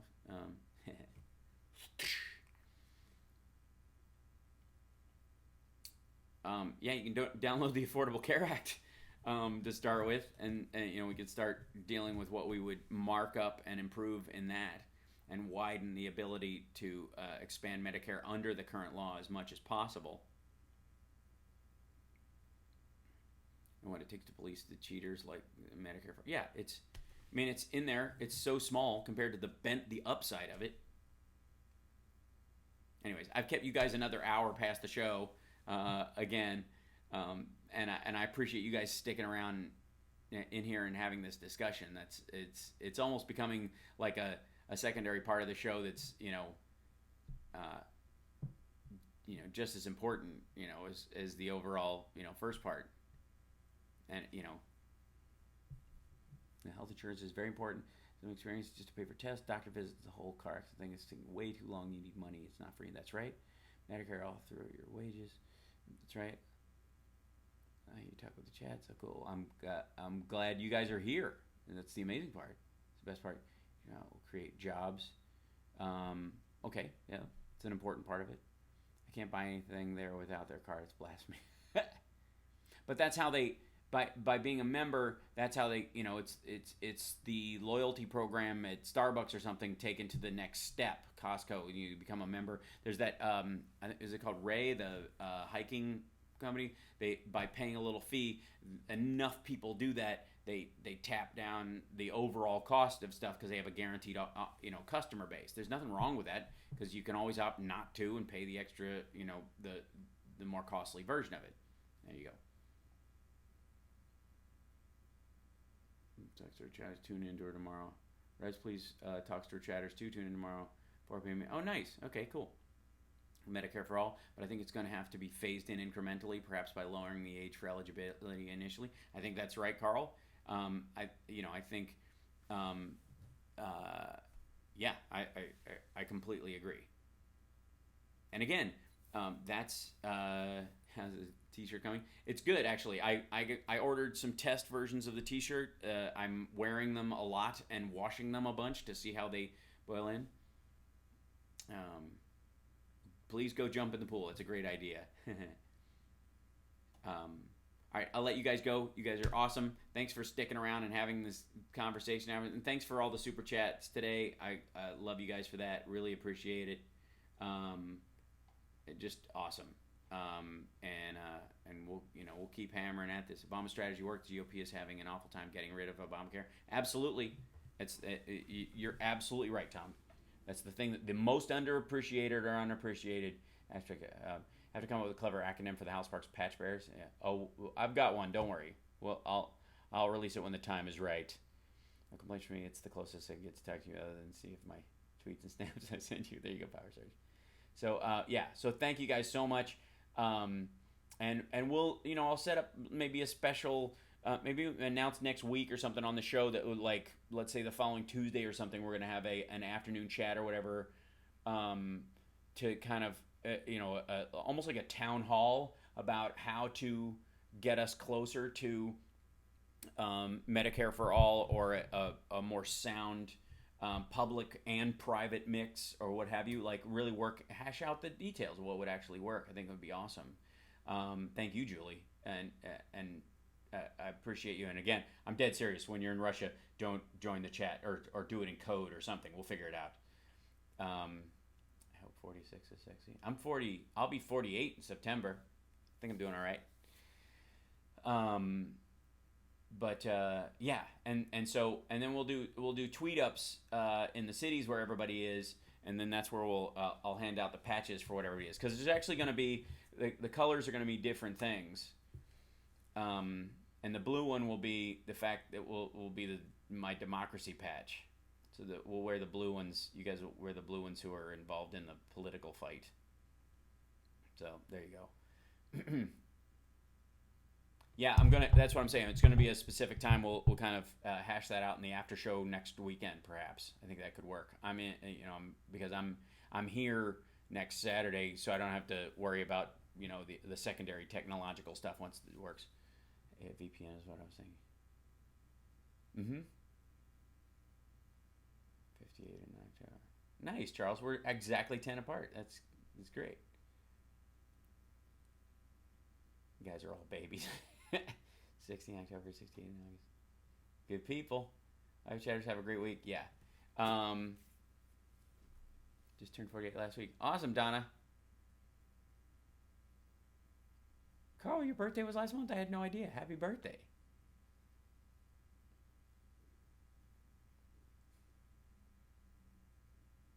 Aw. Yeah, see, Jude's our baby here. I don't think we're all boomers. I'm not technically one. I'm technically in the Gen X window, I guess. Whatever that means. Or just before it. And the generation letters is just kind of absurd anyways. Like the baby boomer, they've been trying to figure out which gen is what. The generations are 20 years apart. And in a time when people you can actually have a child in that 20 years, so that by the time, I I think the generation should be smaller than the actual time it takes to grow up and actually have kids of your own. Call me crazy. Yeah. Anyways, you guys are awesome. Be well. I will see you next time. Take care of yourselves and take care of somebody else and all that stuff. You want every color. Well, you have to earn every color because I'm not just going to hand them out. They're specific. They go to a specific group of humans in different. Each color is going to be sort of adept to a specific zone of interest because that's kind of what the thing stands for. Is that is that use of interest. So, anyways, you guys are awesome. I will see you next time. Bye-bye. See you later. Cheers.